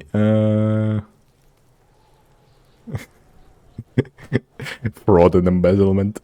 If you want to earn some change by guilting people, go for it. But if you want to earn real dough, finish the case and start getting paid again. It's just a racist mug. What's there to read here? Not much. I want to get into that mug talk again. But it will not happen. The mug talk is exhausted. It is time to return to work. It's just a racist, but it will not. This is the ledger you found in the trash. It's full of notes written in a man's dense cursive. Have a closer look. Maybe it can be salvaged to start keeping the notes on the case. I cannot read. The ledger you found in the trash. A pitiful cabbage of white and yellow papers hanging from plastic board, barely held together by a metal clip. This sad display is made complete by the faint smell of urinal cleaner. I think I got it. Right. What more do you need? A rubber condom stuck to the back. A graffito that says defeated. I think you catch the drift. Inspect the clip. An aluminium block runs the width of the board, biting down on the paperwork. Its crocodile teeth are the only thing keeping the papers together. A regular pencil, the tip worn down to nothing, has been attached to the clip. Run your finger across the aluminium. The surface is interrupted by a silvery sticker. It's rectangular, sparkling with iridescence. You don't know how you didn't notice it before. Looks like an official mark, made to be low visibility outside the right circumstances. Hey, Lieutenant, what is this? Point to the sticker. What? That thing.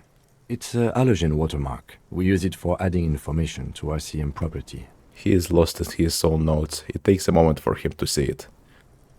Interesting. What kind of information? It depends. Aside from an anti-counterfeiting stamp, mine has my station number and address. The information varies by date of issue. Your kill count. Yours will surely have your kill count. How can I read it? Any capable light with the right wavelength will do. Like, for example... All RCM vehicles have headlights designed to reveal halogen watermarks. Mine too. This means you can read the watermarks if you just turn the lights on. That's all. Thank you.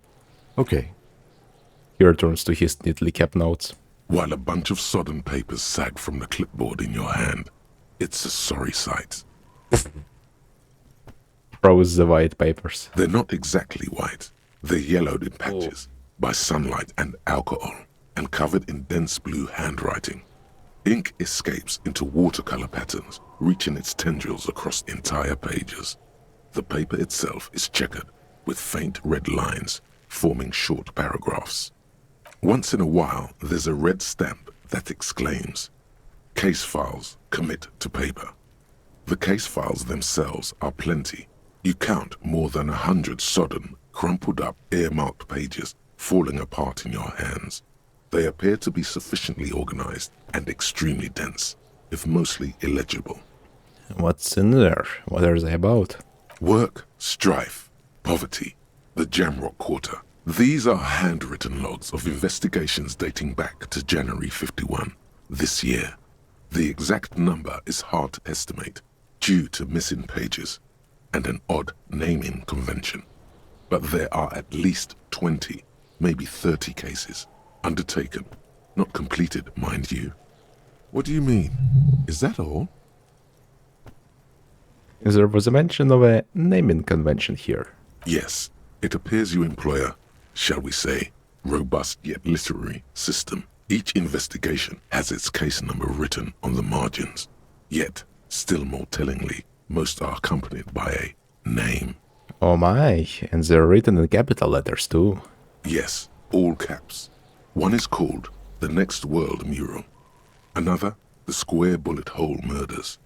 Another yet, The Unsolvable Case. More? Others appear more light-hearted. The guys on a couch in an unexpected location, and the murder at the hookah parlor. Even the rare article-free collapsing tenement. Murder features prominently throughout. You like this grimy murdering, don't you? Wish there was one in there about a drug then. You love those. Gets the blood pumping. It's going to take an effort to piece these case files together, but it can be done. Once you're done inspecting them up close. My cases appear to employ some kind of naming convention. You mean the alphanumeric? Officer, precinct, time of arrival at the scene? That's the one. Like. Good. That's a good one. But do you also use the titular? No, I don't know what you're talking about. Right, of course. He returns to his notes, leaving you to yours. Like a fan of gills, the checkered papers dry in your hand. The handwriting is extremely dense, if mostly illegible. That's it. The notebook is annual. It says 51 on what remains of its cover. A molten strap of cardboard. Everything prior to this must have belonged to a previous volume. In short, there was more. Judging by the creases on your forehead and the lines on your cheeks, too much more. Going back years, decades even. On the pages. I have to open an official case. Is there room? There is, for precisely one more. 15 pages near the end remain untouched by the damage. The checkered grid forms a structure of passages, breaking the case into subtasks to accomplish. Commit to paper. The ledger only comes with an old, worn-down lead pencil. It will do, barely. But no matter, I'll just use a pencil. Onto the paper with a brash free hand, uncannily similar to the rest of the letters. The wording comes easily. It's almost robotically simple. A language developed for mental rigor and simplicity. Inspect the victim's body. There's no there. It's just inspect victim's body. Interview the cafeteria manager. Cross out the ones you already finished. A satisfying slash sounds across the paper. You're done, it seems to say. And you, and you. And a fuck you to you too. That last one cuts a slash right through the paper. Things to be done and things already done. The composition of reality. This is an extremely useful tool for a detective of the citizens' militia. Now all that remains is to name the case. Lieutenant, have you by any chance named our case? No, actually. Any ideas? The hangman. The Furies are at home in the mirror. The setting sound. Shit on a stick. Yes. I have to tell you, officer, I don't appreciate ironic titles. Other officers will have to use this as reference. If it's idiot or cockfinger. He isn't actually laughing. They're not going to get it. They're going to think an idiot and a cockfinger were on this case. So, do you have something less funny? The Furies are at home in the mirror. Furies? Yes, well, I don't know. I have to be honest, I'm not experiencing the internal strife that refers to. And also, It's obvious he doesn't like it. He furrows his brow. Could you make it less poetic somehow? Just a normal case name, you know? Think, what would that be? A good normal name. The setting sun. Okay. It's a good name, but it has one problem. This case has nothing to do with the setting sun. At all. It has nothing to do with that, so... Something more concrete, perhaps? Do you have something concrete? Mundane, usual? I don't have another name. Oh, well, then maybe I can suggest one? No. Okay then. The case doesn't need to have a name. Kim, I'm sorry. Let's name this case again, okay? Fine. For inter-district cooperation, let's try one more time. What do you want to name it? I don't have another name. Well, then maybe I can suggest one? No. Okay then. The case doesn't need to have a name. I'm done inspecting this. Close the case files. You don't exactly close them, so much as distance yourself from the smelly papers. They're a little further from your nose now. Can I read the case files now? It's proving to be harder than expected. You just don't have the intellectual rigor to patch the quilt back together. Try again later.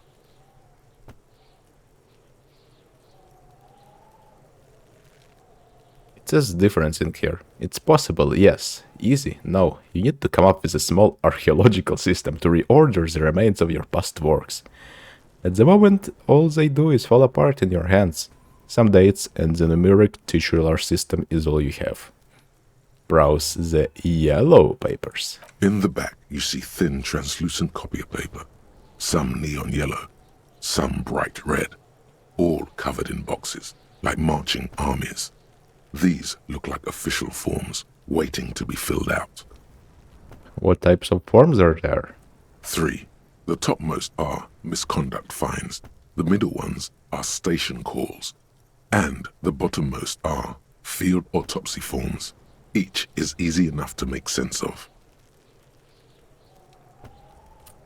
Misconduct fine. A monetary penalization ranging from 20 to 250 real.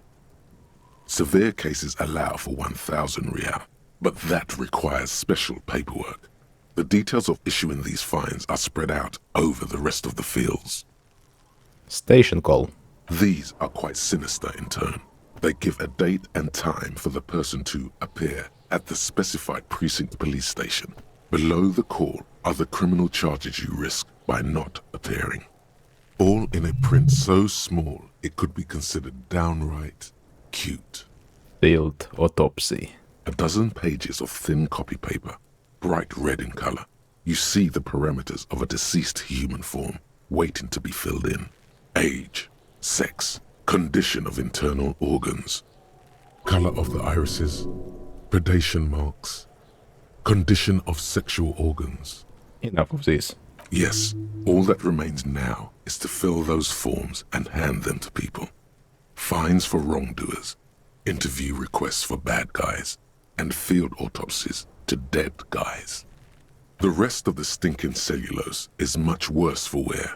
Being sandwiched between the board and the rest of the paperwork must have spared the fragile copier paper. Look at the clipboard. It's made of dark blue plastic, hard enough to beat someone to submission with. The edges are rounded, however. Something rattles inside. I pressed the button. Ever so No. lightly. Is there a hidden compartment? The force as board feels thick and heavy in your hand. Light shimmers on its wet surface. On the back, you see the embossed letters RCM. You shake the ledger. Something rattles inside, ever so lightly. Is there a hidden compartment? And something small inside. Light. Made of paper or cardboard. Or dried flowers, perhaps. Peek inside. The plastic shimmers like lapis lazuli, but it is not see-through. You cannot see to its center. There's pain in there, if you want some. That much you know. How would I open it? With your hands. You 4-sized pages hang from the clip, screwed to the top of the board. Open the hidden compartment in the clipboard. The two sides of the board appear slightly misaligned. like a drawer that's come off its slides.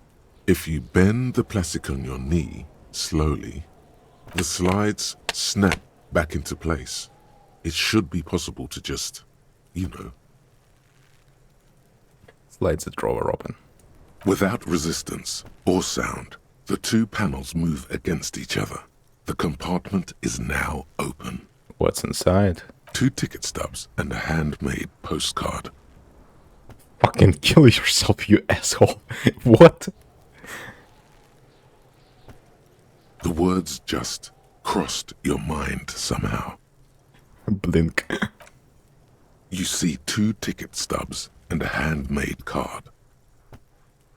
What was that? Pick up the ticket stubs. 2 octopuses are smiling, reaching their tentacles toward each other in the colored pencil drawings. The tickets permit access to the zoo in Revachol East. The aquarium costs extra. They let you go there too. You should go and kill yourself there. What? Pick up the card. Thin wax paper has been glued to a piece of cardboard. Sounds like leaves rustling when you pick it up. You see violet flowers, floral patterns, patches of glue. Smell it first. It smells of chewing gum, apricot flavored.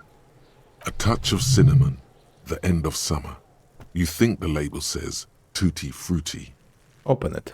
Familiar handwriting lines the inside of the card. Looped, round letters in a woman's hand. Harry, it begins. You're already reading. I wanted to write you a letter so you can read it when you wake up. Maybe it will make you happy. Keep reading. Your hand shakes, holding the card. Every morning when I step out and you're asleep behind me, it says, I find a little piece of sadness in me. I carry it in my chest, down Voyager Road. Every step I take, it grows. By the time I reach the fuel station, it has filled me entirely. I step onto the light rail and look back. Sparks fall from the bow collector. I know it will be like this until late afternoon, when I get off the 42 and walk back to you. Keep reading. You. Every step I take will get lighter. It almost makes me run. Sometimes I do. I can't believe I met you. I can't believe the happiness I feel with you. You have a vast, vast soul, and I will always, always, always come back to it. Keep reading. Kisses, kisses, kisses. You feel the air sucked out of your lungs and the blood sucked out of your head. Everything around you gets dark. Small white dots appear. You feel the ledger slip from your hand. No, hold on. Fall sideways.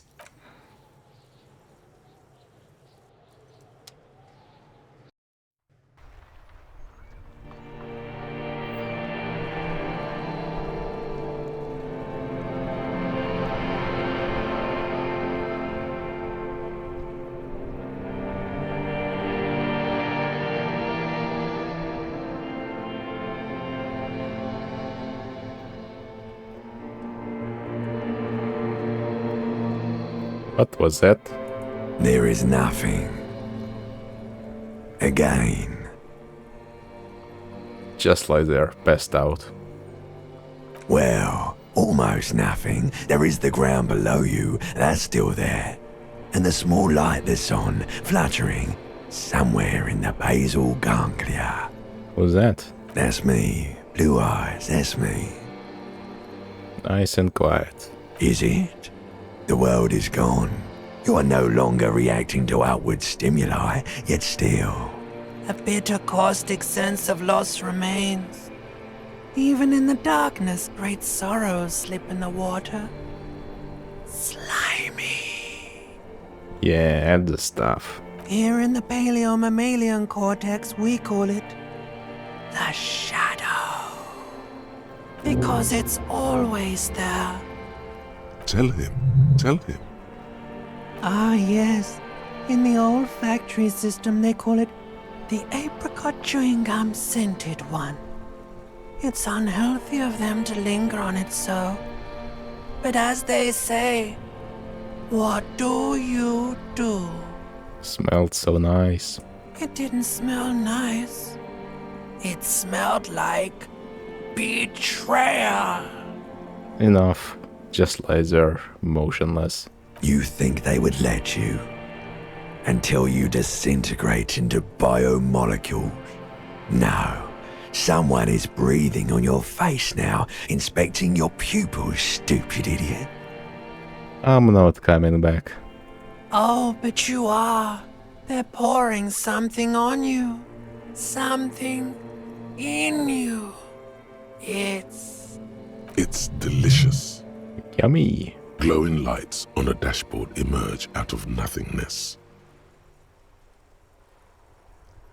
Where am I? In the upholstered cabin of Lieutenant Kitsuragi's motor carriage, seated in the driver's basket. The air is thick with leatherworks and heavy fuel oil. Cold water runs down your chin. Drink. Water. The lieutenant is extending a small canister to your mouth. No, I don't wanna. There is no use arguing with me. You will die if you don't. Drink. His voice is pressing. Drink. The water is cold, silvery, the stuff of life itself as it pours down your parched throat. The pounding in your head recedes. The darkness parts. Drink. You haven't drunk water in 2 days. Did you know the human body is not made to survive on alcohol alone? You need a secondary form of hydration. You know, I'm actually more of a magnesium-based life form now. That's just a drug addict myth. In reality, you're still comprised of dihydrogen oxide, which you must replenish to go on living. Drink. With greedy gulps, you down half a liter of cold water. Some of it spills on the driver's seat. The lieutenant pays no heed to it. What happened? I should ask you the same. I came in contact with the burnt-out ruins of the past, Lieutenant. I was dehydrated. It won't happen again. Fuck it. Start climbing out of the motor car. Good. He hands you the waterlogged remains of your ledger. You dropped these. Are you okay to proceed? Just not. Good.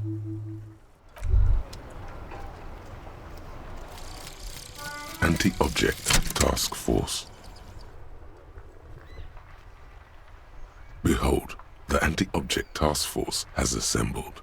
God's avenging angel, arrayed against the lower emanations of the Darkened One. Shoe racks, tape recorders, motor carriages, and doors. So many doors. You're not just pounding it all to pieces. You're reforging the universe, from the anvil of the heavens to the worms below. Indulge in it. Be bold. Have an impact on the shape of creation. Out of the furnace of your rage, a new reality. Also, you should trash your room again. Let's go. Bonuses. All physical learning caps raised by 1. Attacking physical objects heals damage. +1 pain threshold. 6 skin. What? Absolutely unhinged. White morning.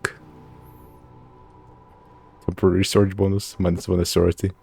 Little guy gets further and further away. Problem. You see yourself from above. You're passed out on the blue tiles of a hostel room floor. Even from this distance you can see your eyelids flutter. At the mention of what? A great white object, letting out its sweet smell, like a lily of the valley. The little man's forgotten its name, but he still remembers the feeling. And look, he moves. The feeling animates him. He instinctively reaches out for the feeling's best friend. A bottle of Commodore Red. He puts on his disco clothes and gets smaller and smaller. Unlock a new slot. How do I do that?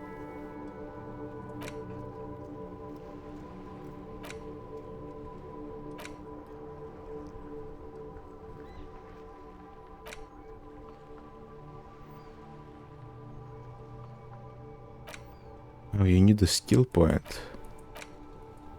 Oh, interesting.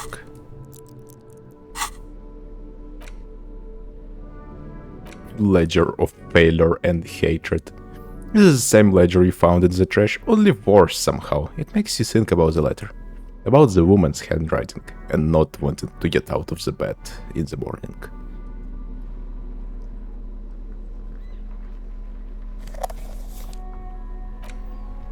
It's the ledger you found in the trash. A cabbage of papers hanging from the board, with the permeables drawer inside. It's barely held together by a clip, then made complete by the faint smell of urinal cleaner. Urinal. Slide the hidden drawer open. Without resistance or sound, the two panels move against each other. The compartment is now. Pick up the card again. You stare at the card, willing your hand to move. It refuses. It's too much. Not a game. You stare at the card, willing. Two octopuses are smiling, reaching their its slightly, ever so slightly. Difficult to breathe once you've done so. Close. The drawer is locked. Blue ink drips from the white pages in your hand. Close the permeables compartment. Your hand shakes. You're flushed with adrenaline. Smell the ledger. The acidic stench of rotting food is rubbed off on the cellulose. It now forms the base of the experience.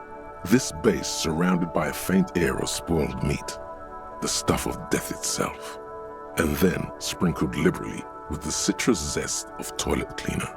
Zest. You know, like the bits they put into public piss bowls, probably called Fermi Discrete, or Axel, or something. At some point in its journey, the ledger has seen the inside of a public toilet. Which toilet would that be? Remember when I said the smell of the upstairs bathroom was so rank they should have sent a poet to describe it?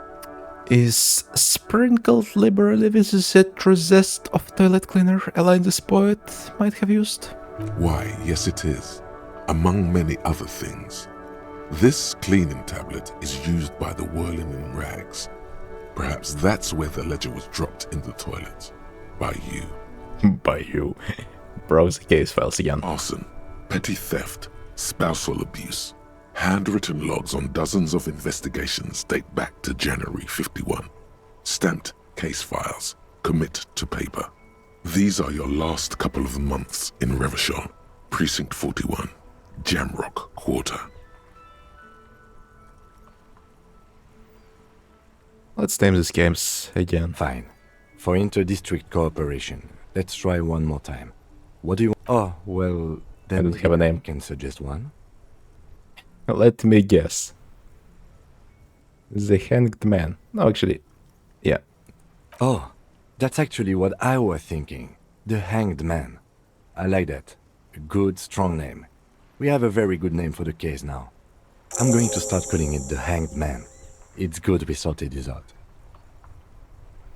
Yeah, we get a bunch of experience. That's it? The notebook is annual. Judging by the creases on your forehead and the lines, you don't exactly close them so much as distance yourself. Yep. Oh, we've seen this stuff before.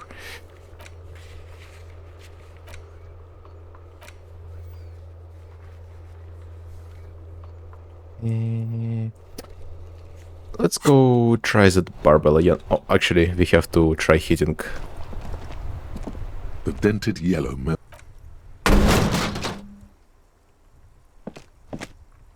There is a hollow. Cool. You really showed that mail collection. I don't. Oh, I didn't get healed from that. Oh, maybe crime, romance, and biographies of famous people. Okay, let's go slam against.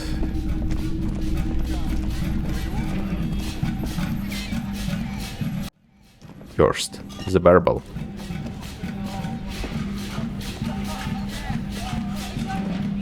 The barbell waits patiently on the floor, like a dog for its master. Damn it. Should have drank some wine.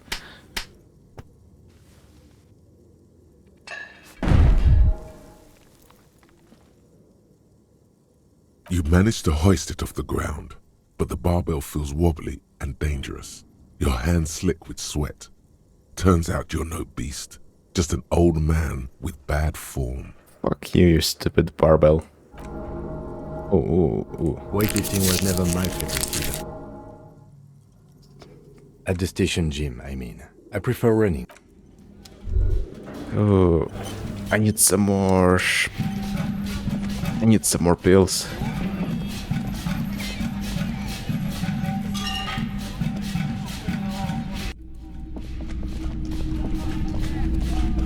And then we can experiment with smashing that door. I wonder if it will start hitting me now.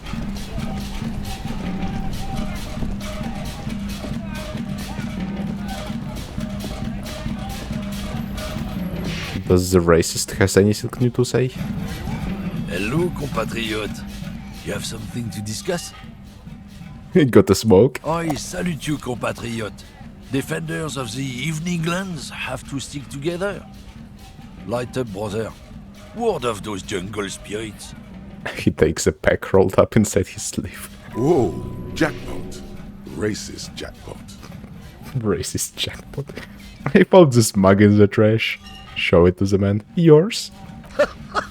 Oh man, that's great. Look at that guy go. Haven't seen anything that funny in a while. He stares at the yellow man mugs and suddenly he explodes. God man. Thanks for that, but no, it's not mine. Yeah, see you around. Kinda cringe, bro.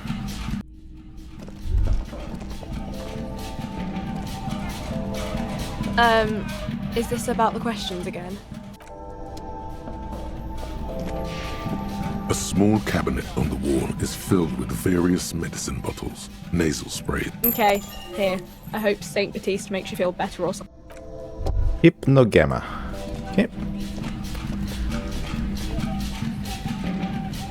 That's 10 real I spent on pharmaceuticals. Foods from the lorry haphazardly litter the surroundings.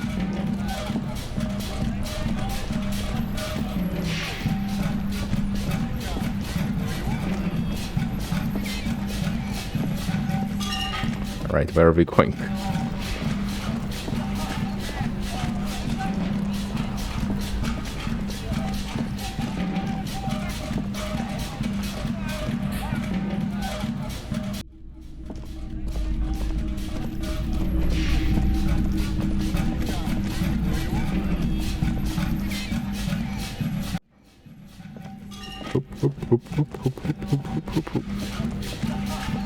Oh, Kim, you have something to say?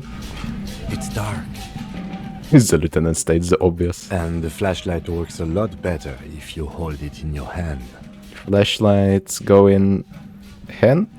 They're at your hand uncomprehendingly. Yes, you might even call it a feature of the universe that you need to hold tools to use them. That makes no sense at all. I'm sorry, the fundamental laws of the universe don't seem to agree with you, detective. But the fact remains that it's too dark to see in here without a flashlight. So come on, we've got work to do.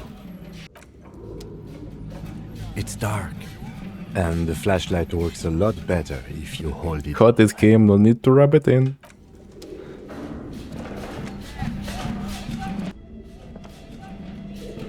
Oh, like, it's actually super dark, like, you just cannot go in there. Hey, look at it, now it's working. What the hell?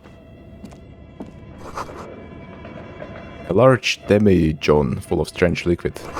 Wild animals stare at you in the dark, stuffed and mounted.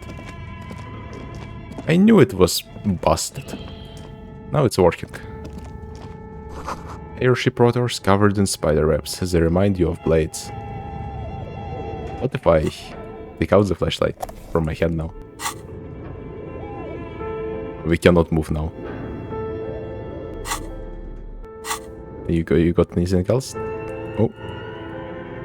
What? Huh? What happened to us? We just got teleported. What the hell?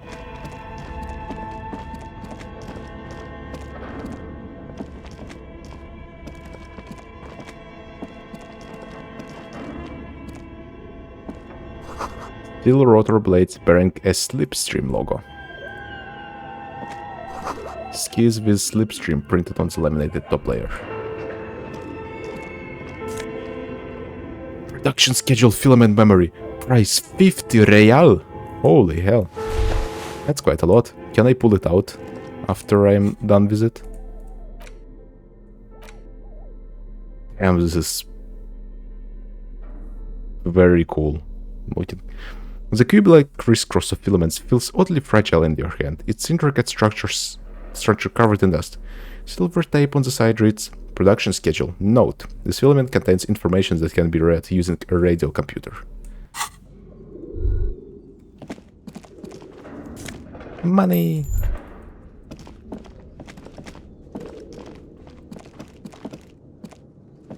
Okay, I can see stuff now. And there's a door here that I didn't see. Scribbled across a notebook. Developers of the most advanced RPG in the universe. Tiles on the cube are still smoldering, casting the framework in a soft glow. Fluorescent play and print keys shine on the keyboard. Insert the production schedule. Like a smooth draw, the filament slides into place. On the keyboard, the play key starts blinking. Oh yeah, I can remove it. A bar of fabric right above the keyboard starts producing a soft hum. The sound of static seeps through the machine's planar magnetic driver. I pressed play again. Oh no. It was already glowing and now it's also making a sound. It's probably some alien CO-like technology. The static gets louder, slowly filling up the abandoned hall, until a voice speaks out, crackling and old, cutting into the air. Good afternoon. Fortress accident en rue de Saint-Ghislaine. This is East Insulindian Repeater Station 1. Please repeat. Is this the production schedule?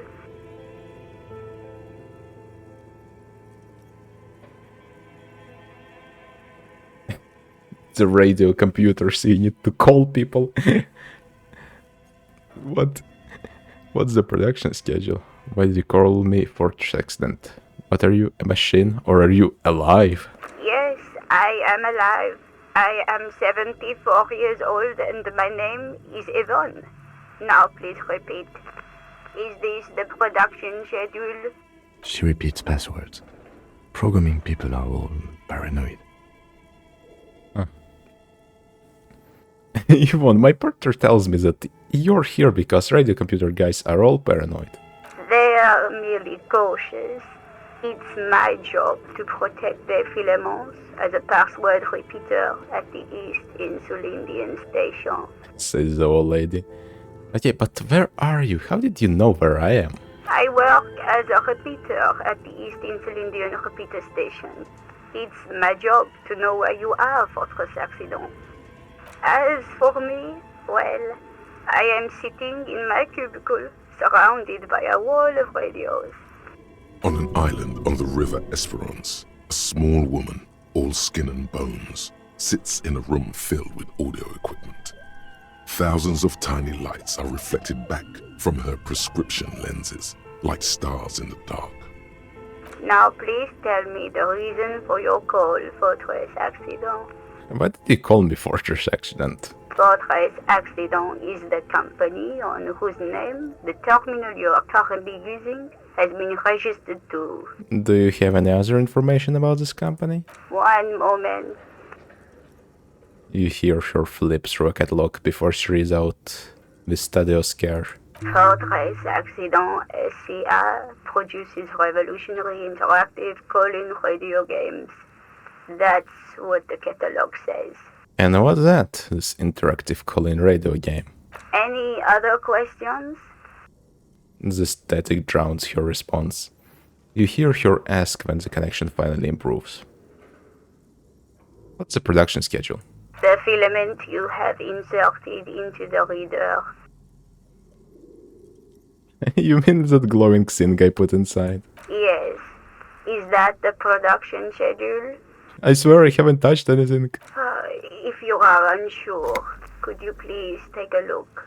The old lady signs as a wave of static distorts her voice to robotic sprawl. How do I do that? Open the hatch on the compartment. Don't touch the wires. A current is running through it, but the core is safe. There's a filament inside. I need to know what it's called. It's called the production schedule. Good. Please repeat the password. Password? I'm really bad at passwords. Can you give me a hint? Is it my birthday? The police. Please open this thing. Give me a hint. No. Is it my birthday? Still no. The police? I am contractually obliged to protect the privacy of the filament holder for stress accident. Without filing a warrant with Lintel, I cannot give you access to this filament.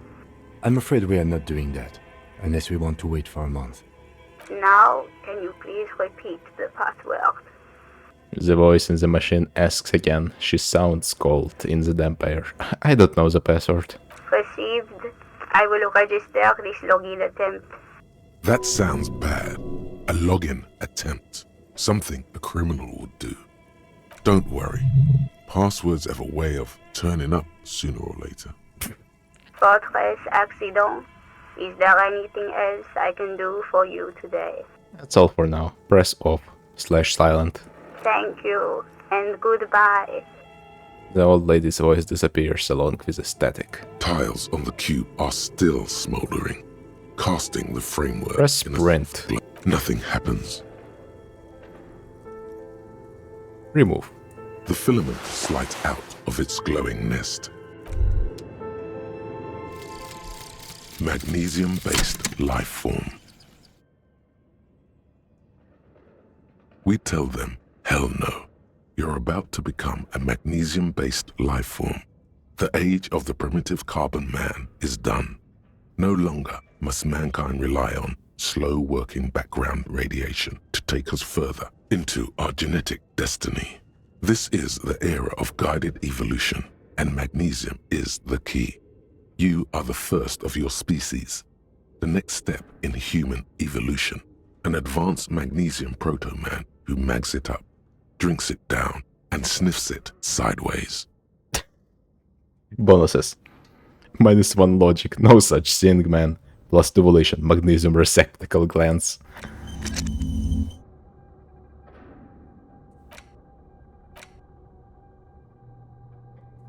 Well, I can open a new slot. Let's see, any one of these useless. Magnesium-based light form. Stimulation. Ooh. I don't really need psyche stuff, so I could replace it with White Morning.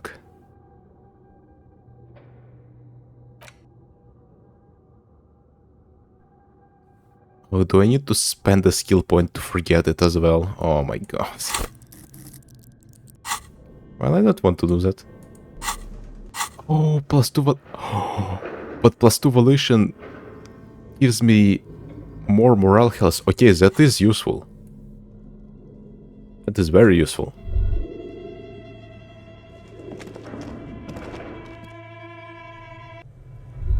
Oh, where did they go?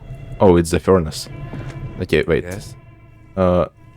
You seem to be following me. Excuse me? Beat it, you're cramping my style. Frankly, Detective, you are in a deranged state. I can't let you proceed without close supervision. In fact, under normal circumstances, I'd be duty-bound to report you. Take it as a token of good faith between our precincts that I haven't done so. What's RCM?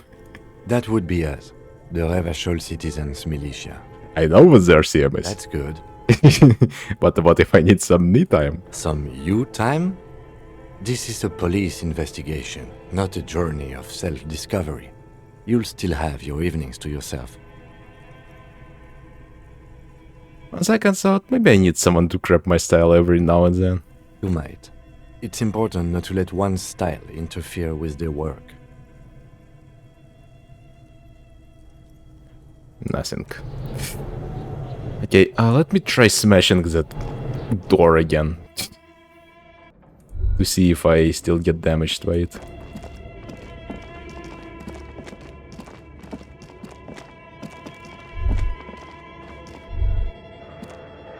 The floorboards creak. Shoes in a puddle of melting snow. Scarred. La Delta. 51.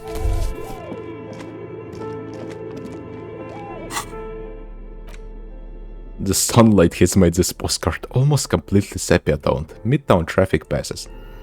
Overhead, ghosts of skyscrapers disappear into a beige midday mist.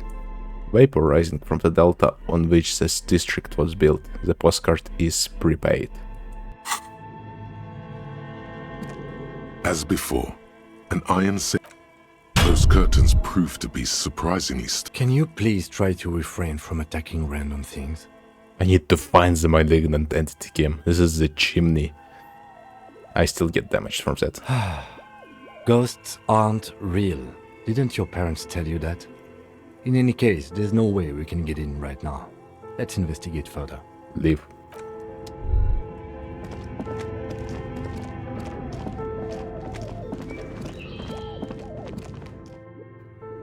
Alright, we are here. The furnace. Yeah, magnesium, let's mag it up sideways.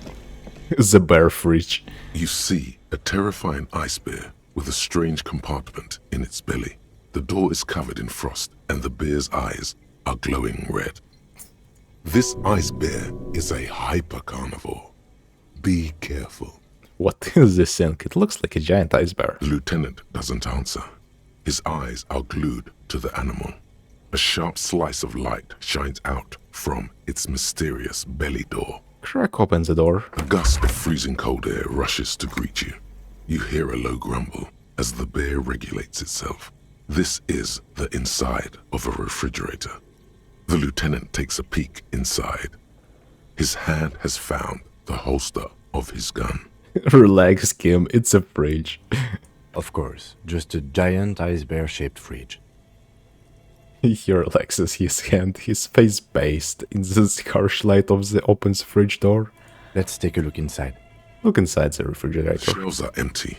All you see are crumpled ice cream wrappers with the brand name, Revachol Ice City. A handwritten note has been attached to the door. The fridge is huge. Take the note. Take the note from the door. You pocket the note. There's a rat. The little fridge magnets keeping it on the door. Examine one of the ice cream wrappers in there. A friendly cartoon bear smiles back at you from a glossy cellophane wrapper. It looks nothing like the fridge. The paper still smells of vanilla and chocolate. What is a giant bear-shaped fridge doing in an abandoned cellar in the first place? Good question. It looks like an ice cream fridge. The lieutenant reaches for one of the wrappers. He studies it in the light. Somewhere in the past, it's summer. 5-year-old Fifette lets go of her mother's hand, change jingling in her pockets as she hops towards the ice cream stand right across the plaza. Fifette. What is that name? Shake from the sudden cold sachet. So they tried to sell ice cream from this hyper carnivore. I know. What an unfortunate marketing choice. What is even worse, the bear is still costing them money to this day. The lieutenant points at the red, shaky, snaky cable running from the fridge. The fridge buzzes with energy. The electricity bill on this thing must be catastrophic. Close the door. Leave. Like how it's just randomly here. I wonder if it's related to anything at all in the story, in the world, or if it's just there. Ice cream maker, defrosted and unplugged. I mean, there's a bunch of ice cream stuffs here, so I guess it is related. The flashlight casts a strange shadows. There's a hidden doorway here. Ooh, mama. Oh, wow, wow. Can I go in? Yes, I can. 2 rusty rifles are hidden above the piping. They look inoperable. A few bricks have fallen off, revealing a compartment behind the wall. It's too dark to see in. Where are we? Look around the secret room. Look, there's a hole in the wall. Shine light on the hidden compartment. There is, yes. And there also appears to be something inside the hole. Interesting. Do you want to take a look? Now you do the honors. The honors. Back off. Okay, here's some more rifles. None of these seem to be working, and no! He nods and steps closer. His hand reaches in, rummaging in the dark. An old Belmagrave rifle. That's rare to find in such good order. Seems to no longer be functional, but still rare. Here, it's yours, officer. You found this place. Huh. What does this mean, a rifle here? It means there are firearms, albeit inoperable, still lying around in Martinez. It's an interesting coincidence, I would say. Might come in useful in the future. Where are we? Look around the secret room. Seems like an old bunker from the revolutionary period. Look at all those rifles. Must be an old weapons cache. He points up, and the rifle's under the ceiling. Someone has stuck some busted guns beneath the ceiling. Oh, 11. Real. Pretty good. A thick Belmagrave rifle. A broken Belmagrave from ages past. It's a 4-shot bolt-action military rifle with a wooden frame. Looks really cool. Like, I like how chunky just it is here. Just like, it's kind of like a cannon. Handwritten note from the fridge. Oh, we can interact with it. Handwritten note you found from the giant iceberg fridge. It still bears some marks from the fruit-shaped kitchen magnets that were used to secure it to the refrigerator door. The note is written with a blue pencil on a piece of lined office paper. The kitchen magnets have left spots on its surface. Does it say anything interesting? The lieutenant leans closer to read the crumpled note over your shoulder. Read the note. Someone has scribbled, S. I can't believe the off-site copy is still here. The illiterate ginger kid keeps stealing stuff from the studio, so I had to hide it somewhere safe. What? You'll find the filament memory with the off-site copy in the frozen ice cream maker. Please take it home, ASAP. It's important. I'd do it myself if I lived in a civilized place with a freezer. Take care. Suliswaf. Okay, so it relates to a lot of stuff, actually. Looks like someone from that radio game company upstairs. I'm a little surprised they just left their property lying here. Maybe it's because of the entity. That's implausible. Remind me again, what's a filament memory? It belongs inside a radio computer, storing its memory. It's like a tape. You listen to disco tapes, right? It's like one of your disco tapes, only for a computer. It's like the production schedule you found. Only this one's an off-site copy. Who's the literate ginger kid? Really? You don't have a single guess? The lieutenant looks at you, the corner of his mouth curved into a smug grin. No idea at all. I'm placing my bets on a certain red-haired miscreant we met before. He'd probably try to pawn it for speed, based on our encounter. Do you have an idea where the frozen ice cream maker could be? I don't know. I assume it's somewhere close to the iceberg fridge. Ah, interesting. A few bricks have fallen off, revealing a compartment. Seems like an old... It means there are Okay, just rechecking here. Frozen ice cream maker, that's still running. Well, what is this? 2 cables are plugged into the breaker box. The red one leads to the ice bear fridge, and the black one to the ice cream maker nearby. Okay, so we can unplug them if you want.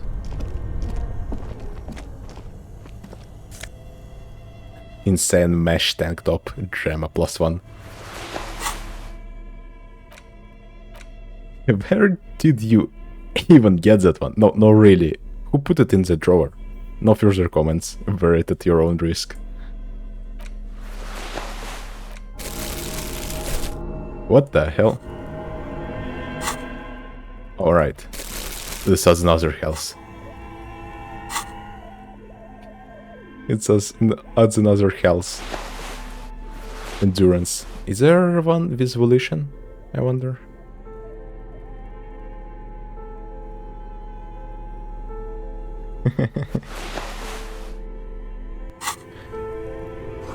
Intercom wires running into the breaker box.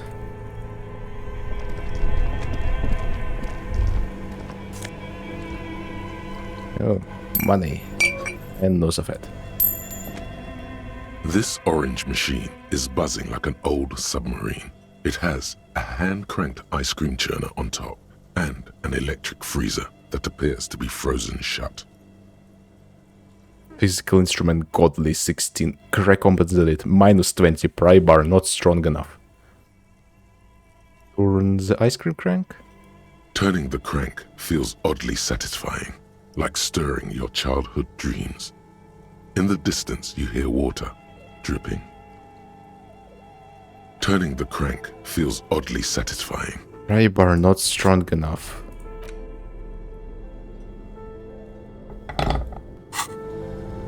This orange machine is buzzing like... I need a better tool for opening the stuff.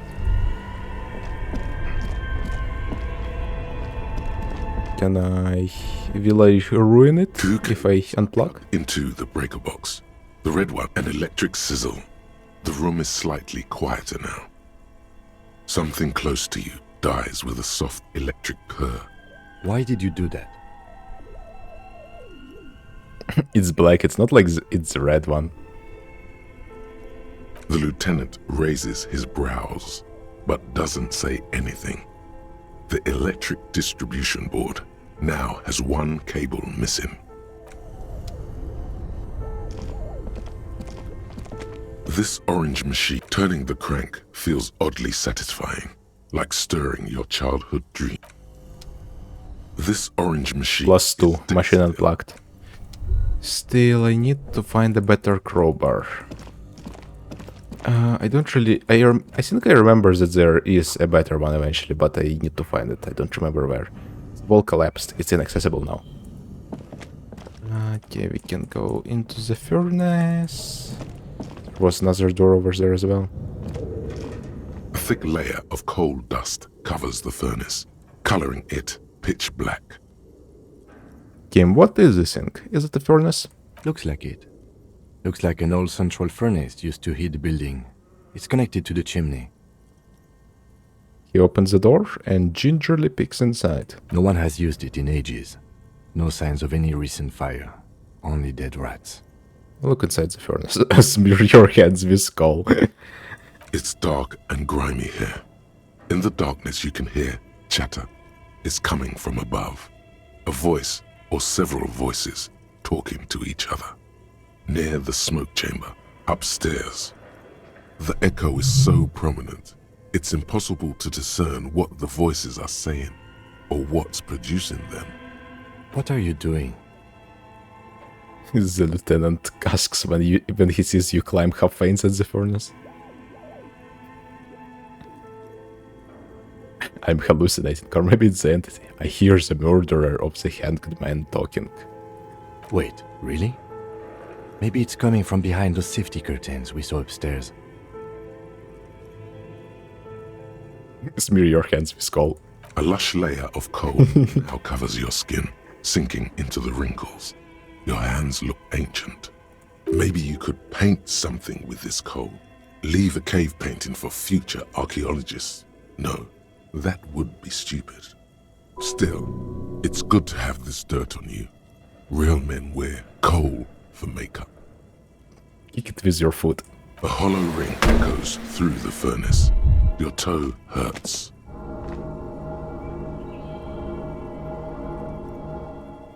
Didn't I just heal myself? Wait, what just happened? Didn't I heal myself and... You feel something in your chest. What? Unnatural pressure. It's spreading to your left arm. Your jaw. Fucking shit. I'm scared. What do I do? Who do I call? I'm sure it's just hardborn. Oh god. No, it's many years of combined self-neglect and self-abuse. Try to remain conscious. All you feel is pain and weakness. You have to surrender now. We all do.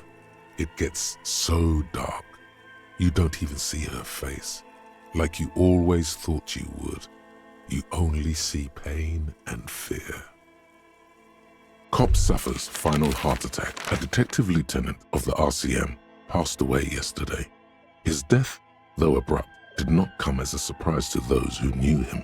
He was the heaviest drinker I'd ever met. Captain Ptolemy Price, the deceased superior officer, commented, "That ain't easy on the ticker." He loved his liquor, sure, said Detective Chester McLean, friend and colleague.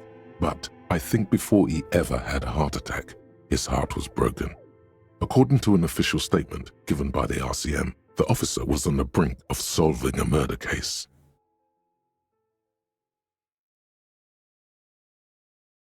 Well, the furnace killed me, and yes, it didn't count, and I still died. I have no idea. I'm gonna end this episode here. Bye-bye.